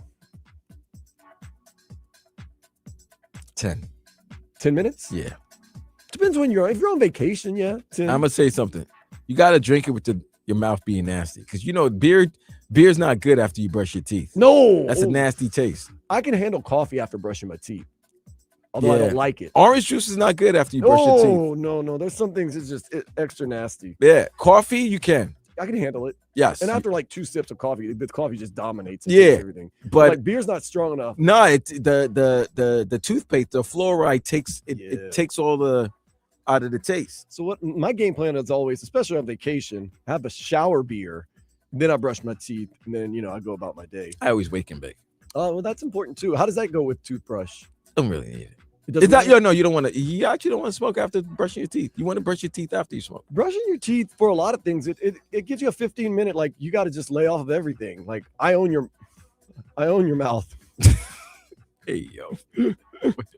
I'm just saying that's what it does. So but once again, I brush my teeth every morning and every night for the most part. Now there's some nights I come in at 2-3 o'clock in the morning and I just pass out, but I do. And every time I go to the dentist, which I haven't gone in years, they're always like, man, you do such a good job. And I floss, not every day. Come on. Does anybody really floss every day? I don't know anybody that flosses every single day. I use mouthwash and I brush my teeth. I brush my teeth in the morning and use mouthwash. I brush my teeth at night, no mouthwash. And I floss maybe once a week. Pretty good. That's good. Pretty good. Okay. My oral hygiene is cool. That's cool. Dental hygiene. But yeah. Okay. Maybe should I go to the dentist? Maybe not. I don't know. I'm good for now though.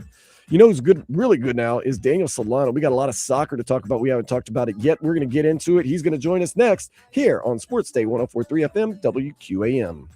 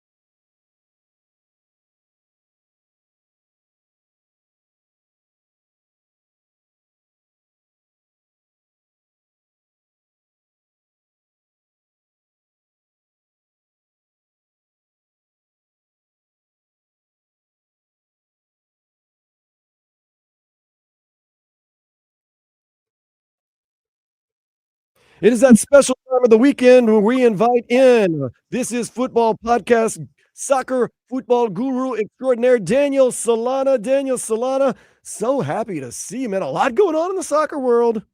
A lot going on. Dan, Vlad, great to be back. And I'll tell you what, it's already been a great Miami sports weekend. And hopefully the Herons can top it off by bringing the 3 points and the in-state bragging rights back to Miami tonight when they face off against in-state rival Orlando City FC. What should we expect at Orlando City FC? I know it's early in the season, so it's kind of hard to judge. And there's always a team that surprises you at how good they are and they weren't supposed to be good, or how bad they are and they weren't supposed to be bad. Where are the projections early on for Orlando City as Miami tries to get those first points of the season tonight? Look, guys, they call it the Clásico del Sol. But right now, for these two teams, it's the desperation derby, right? Both squads are sitting on 0 points after last weekend. We saw Miami struggle out west against LAFC. Orlando dropped their home opener to the Red Bulls. But here's the thing. We've got 3 big storylines for tonight, and that's Inter Miami struggles in Orlando historically. Obviously, we have to talk about Messi's first ever game at Inter & Co Stadium in Orlando. And then you got to look at, obviously, Suarez being out tonight and a couple other things that are cooking amongst the team. But I'm expecting a chippy, high-intensity match where the first team really to find their identity after those week 1 losses is going to take the state. I've got my mate ready. I got my notes out for tonight, and I'm ready to see Berterame and Messi finally silence that purple wall in Orlando. All right. They lost last Sunday. And then they had their exhibition that they had to do, which was crazy enough. Don't get me started. I'm trying to get you started. Your boy Messi comes in the second half. Not even, 5-10 minutes, right? A fan just comes on the field. Delays, distractions, the whole 9. I personally think his bodyguard should come back on the field. See, when his bodyguard was there, none of this BS would be happening. But also, just the simple fact, with all this going on, what's the mindset of this team heading to the second game? Because obviously they lost last week in the big game against LAFC. You had all the craziness with the so-called rumor he was attacking an official after the game, and then you have this with what happened in Puerto Rico. Seems like there's more stories about what's going on off the pitch than what's happening on the pitch. Look, and I think obviously us being from Miami and having to deal with the lashbacks of the big 3, and we kind of understand that, right? Inter Miami, after they won the MLS Cup last year, essentially became the villain of the MLS. And so you know that the stories that are going to swirl on the outside of the team are probably going to play a bigger role in terms of what goes on with the team, with what actually happens in the field. Because when you have names like Messi, De Paul, and Suarez on the team, and other big names on the team as well, Berterame, who's a big name in Mexico, when you have those big names, you're obviously going to have all these stories surrounding the team. But look, at the end of the day, these guys are professionals, right? These guys have won Champions Cups, they've won World Cups, they've won big trophies, they've played big games, and they understand what it is that they're facing tonight. They've played in Clásicos, in derbies all across the world, in South America, in Europe, in Mexico. And again, I know that they're going to go into this game with the right mindset. Now, I mean, it's been tough, right? It's been tough because Orlando City has had a very, very tough home field advantage when it comes against Inter Miami. I don't know if you guys knew, but the last time and the only time Inter Miami ever won in Orlando at Inter & Co Stadium was back in August 2021. Was that a Leo Campana year? I believe it was. 5 years ago, bro. Yeah. It's been a tough one. And of course, we beat Inter to remember some of the Clásicos that we've had with Orlando City to make our first ever playoff game. We had to beat Orlando City, and we whooped them very badly with an early goal and made it into the playoffs courtesy of beating Orlando City. But of course, there's kind of going both ways. We've had some heartbreaks against Orlando City also. Yeah, I mean, it's as tight as a rivalry gets, right, Dan? Since Inter Miami joined the league in 2020, we've seen 18 meetings across all competitions between these two squads. Orlando currently holds a slight edge with 7 wins to Miami 6, along with 5 draws. It's basically a coin flip every time these two walk onto the pitch. But the real story and the biggest hurdle for Miami tonight is the record when we travel north up the turnpike to Inter and Co Stadium in downtown Orlando. The Lions have been incredibly tough to beat. And Miami, like I said, is their all-time record is 1 win, 5 draws, 4 losses. And in regular season play, Orlando remains undefeated at home against Inter Miami with a 4-0-4 record. And the last time we visited, I don't know if you remember, boys, but the last time we visited back in August, they handed us a heavy 4-1 loss. Not making us feel too good. Speaking of Clásicos, let's talk about one of our favorite, Lamine Yamal. He plays for FC Barcelona. They're part of the El Clásico. He had a hat trick yesterday against Villarreal. How magical is Lamine Yamal at 18 years old? I want to be him. Everybody wants to be him, right? He reminds me so much of a mix of a Leo Messi with how his style of play is, with the personality of a Neymar. He likes to be in the cameras. He likes to kind of, do his funny dances when he scores. But man, that kid is absolutely special. Like you said, 18 years old, his first hat trick. He got to 100 goals and assists in his career at the age of 18. I mean, unbelievable what he's doing. And I mean, just to think that he's just starting off and he'll be playing in this World Cup and possibly 3 more after that. I mean, I'm excited to see if he is the next big thing in football. Where everybody's been waiting for the next big thing after Messi and Ronaldo. Some players have been anointed, but they haven't been able to live up to the hype. So far, Lamine has been living up to that hype, and let's continue that he continues to do so.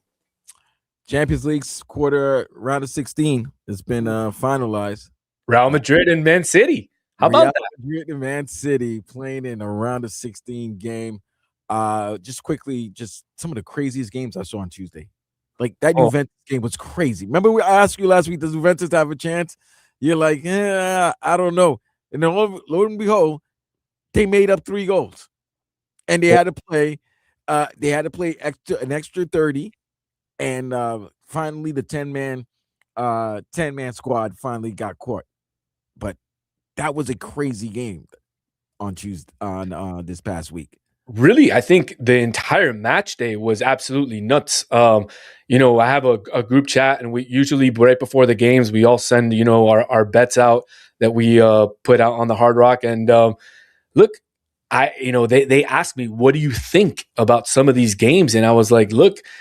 I would put down for Bodo Glimt to win the game. And they're like, you're crazy. And I'm like, no, man, they're playing really, really well. And Inter Milan has not been playing that well. So I was like, hey, I'm throwing down $10 on Bodo. Hey, who won the money? Solana, man, Solana. Then on the Juventus game, they asked me, they say, you think they can win? And I was like, look, they're playing at home.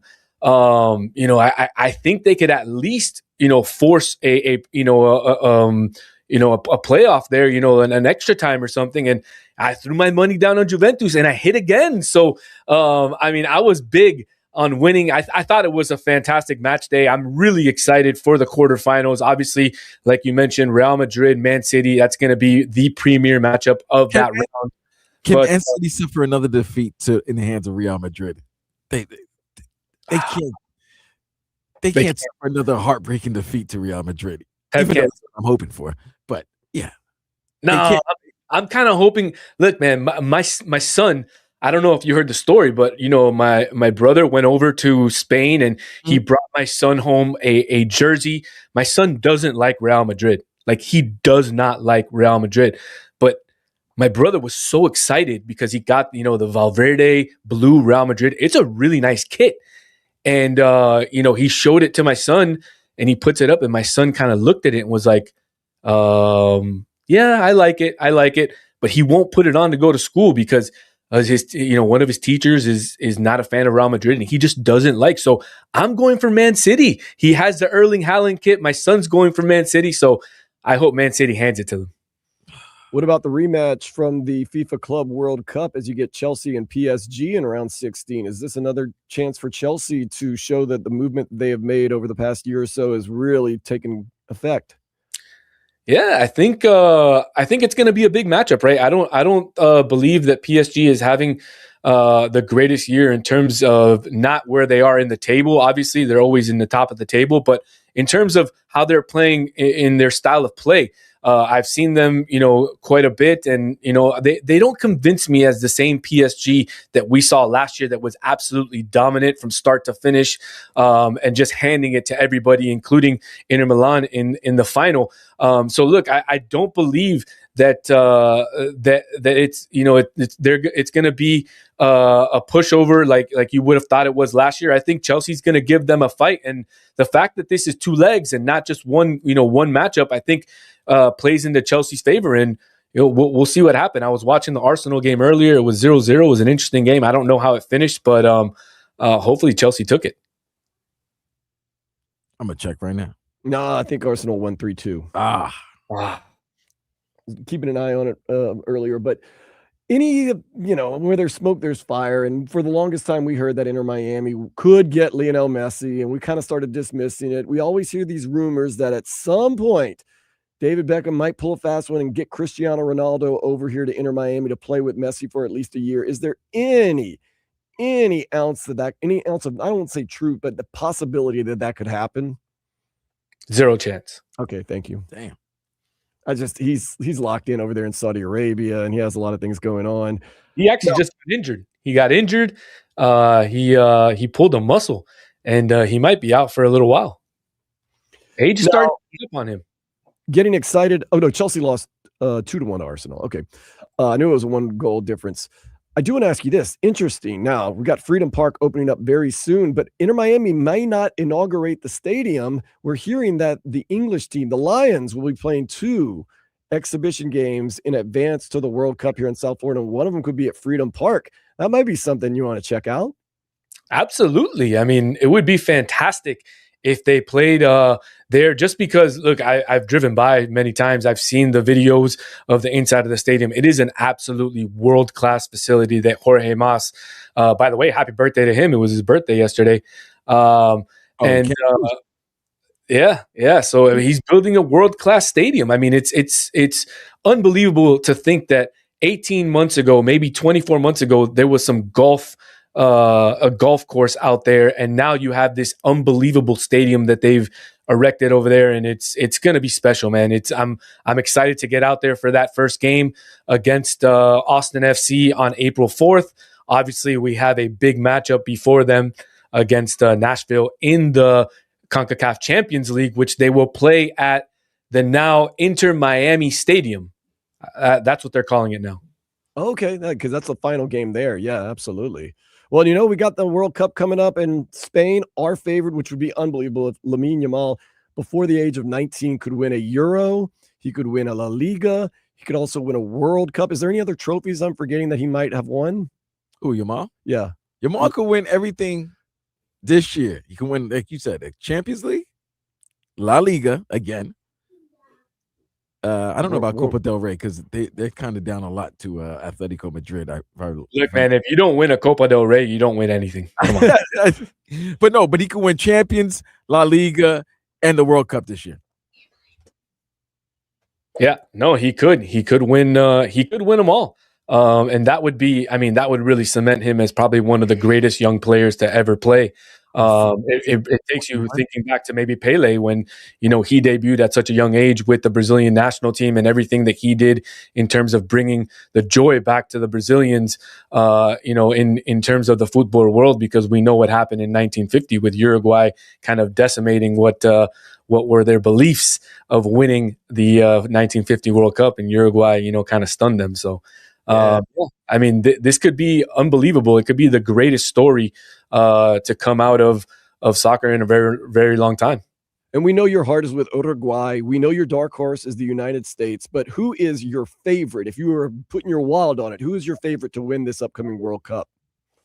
Oh, you're putting me on the. I'll tell you today, I got She Believes Cup. I'll give you some time. She Believes Cup at 5:00 today. It is the United States women versus Argentina. So I'm excited because I can start watching at 5:00 She Believes Cup, and then right when that ends, I can turn on the Inter Miami game and get Orlando. So I get a little double dip of soccer throughout the day. But Spain is the favorite. followed by France, maybe Germany. Then Argentina's like 4th or 5th down there. The United States, of course, they fall further down. But is there a team that you think that maybe, if everything goes right for them, that they could win the whole shooting match? I got to say Argentina, man. I really got to say Argentina. No France. My Uruguayan brethren might hate me for that, but hey, you got to go with the brain, and that's what I think. I think it's going to be Argentina. Is there a chance? Let's just say your dream comes true. Could your dream come true? Could Uruguay win the World Cup this year realistically? No chance, man. I think tough. I think there's a higher chance of Uruguay winning the World Cup than Ronaldo coming to Inter Miami, but the chances are extremely low. But hey, you know me, I'm going to be out there and I'm going to be yelling for my team, and hopefully, at least they'll bring me some joy and get me some points, and I'll get to say that I witnessed my team win a World Cup game. There you have it. I think France is going to win it, but that's just me. I'm staying optimistic, and I think it's going to be the United States and Uruguay in the final. Oh, that would be insane. This guy lives. You love living in dreamland, man. I want to be happy. I want to be excited. You like living in dreamland. I just want to be happy. Put it this way: Uruguay has a better chance of making it than the United States. Oof. But yeah. But every year we see a team climb out of nowhere. So I was talking to someone the other day, Daniel Solana, and backed me up on this. And they said, I don't know why they invite so many teams, because it's every year the same like blue bloods that always make it. And I was like, well, that's not always true. Iceland made a run. Morocco made a run to the Final Four. The last World Cup. So to say that, nobody has a chance, that's not exactly true. No, everybody has a chance, but I mean, you have to be honest with some of the teams. You have to be real and understand that there's some teams that have a far less chance of getting through the group stage, of winning a game. But yeah, I mean, you're always going to have the surprise nation. Obviously, you had Senegal one year go deep into the tournament. Obviously, in the Japan-South Korea one, you had Korea go all the way to the semifinals. Obviously, with probably the reason we have VAR today, right? Because of the big controversy in the Spain game. So no, absolutely. There's always a dark horse. There's always a surprise team. And that's why I think this, you said it, and I've said it before. My dark horse is the U.S. They're the home team. I think there's going to be a lot of folks that are going to get behind this team. And Pochettino, I heard, like I've said before, I've heard him speak. And I believe that what he's transmitting to these players is absolutely the type of message that they need to hear in order to go out there and make some noise in this World Cup at home. That's what I like to hear. Now turning towards tonight's derby, we've got Orlando City in Orlando. What is your prediction for the game tonight as Inter Miami takes on their bitter rival? Look, man, tonight is about more than just 3 points. Inter Miami are the defending MLS Cup champs, and after that 3-0 wake-up call in LA, this team really has a point to prove tonight. So I would keep a close eye on the battle between the sticks. You've got Dane Sinclair on one side, on Inter Miami, Maxime Crepeau, essentially both of them auditioning to be Canada's #1 goalkeeper for the World Cup this summer. So that internal rivalry inside the Clásico is going to be intense. And look, like I said earlier, it's going to be a very, very chippy game. Inter Miami has never won, again, I want to reiterate, at Inter & Co Stadium. But guys, Messi has never played at Inter & Co Stadium before. And that is a storyline that, really is in play tonight. Whether it was injury, squad rotation, rest, he's missed every single trip to Inter & Co Stadium since he arrived to MLS. So while he's been the Lion Hunter in Fort Lauderdale, tonight is his first time doing it in their backyard. So he's going into a stadium where he's going to be the most hated man on the pitch, and he's going to look to maintain that 1.5 goals per game average that he has against them. That's right, 1.5 goals per game. In 4 games he's played against them, he's got 6 goals and 1 assist. And he's if he finds the back of the net tonight, guys, he's not just padding his stats. He's going to be officially conquering the last piece of Florida that he hasn't touched yet. And that's legacy building, even for a guy who's won it all. I like to hear that. I got us going up 2-0. And winning the game 2-1 tonight. And of course, Messi will figure in probably with a goal and assist, in my opinion, but that's at 7 o'clock tonight. This is Football's Daniel Solana. Thank you so much for joining us. Hopefully next week, more to celebrate with this Inter Miami team. All right, man. Like I said earlier, I'm expecting a high energy 2-1 win for the Herons. And hey, it's time to remind the league that the road to the cup still runs through Miami. So enjoy the game tonight, and hope everybody enjoys the game. Thank you, man. Talk to you next week. Spoken like a true football/soccer expert, Daniel Solana. We're going to close out the show next. Keep it right here on 104.3 FM WQAM.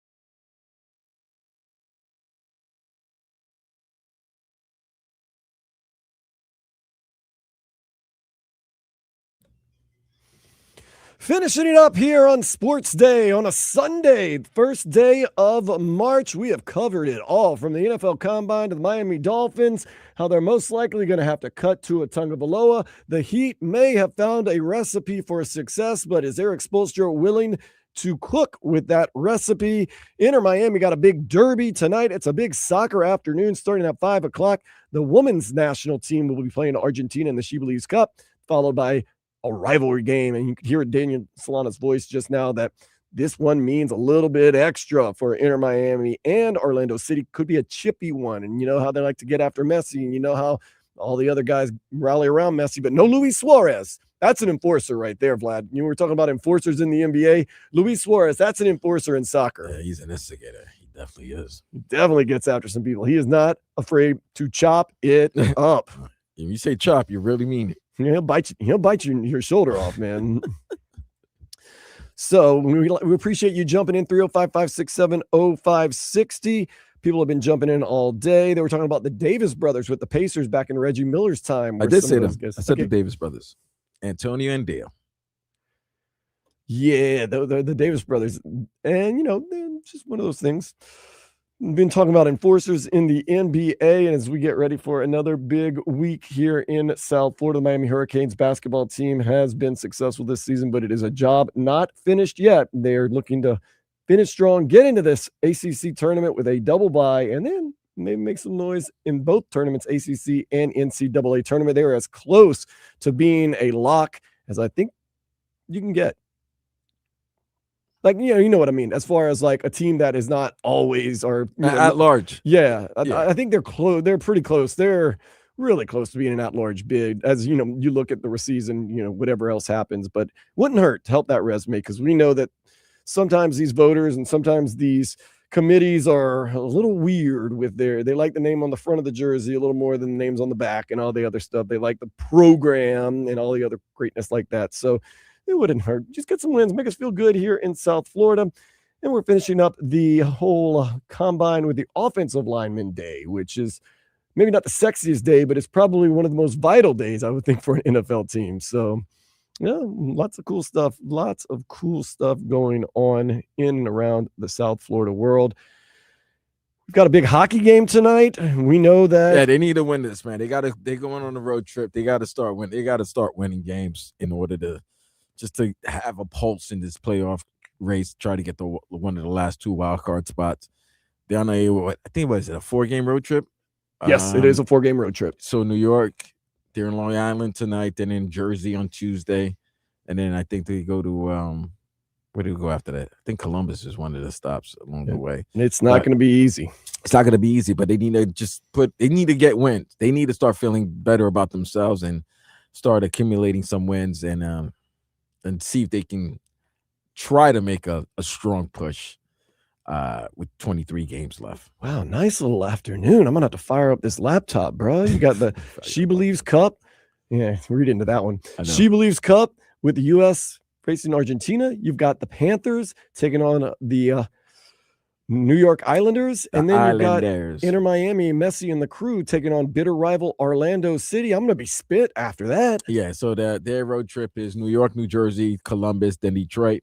And then they come back home and it feels like it's the reverse of that same schedule. They come home to play Detroit and Columbus, and then they go on the West Coast for a 4-game trip at Seattle, at Vancouver, at Edmonton, and out at Calgary.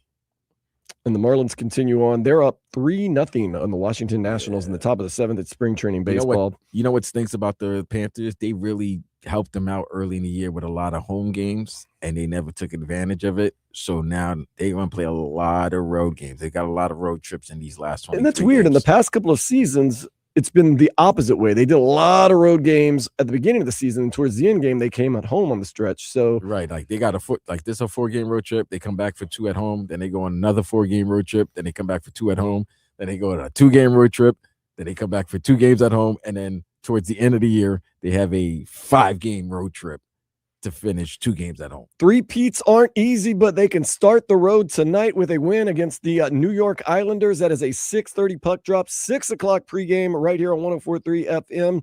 Vlad and I will be back next weekend to follow us and find out all that we got going on. It's at Vlad2078, at Dan Day Radio. We thank you for hanging out with us. See you soon. Next weekend for sure. For Vladimir Lewisson, I am Dan Day. This has been Sports Day on 104.3 FM, WQAM. Later, fools.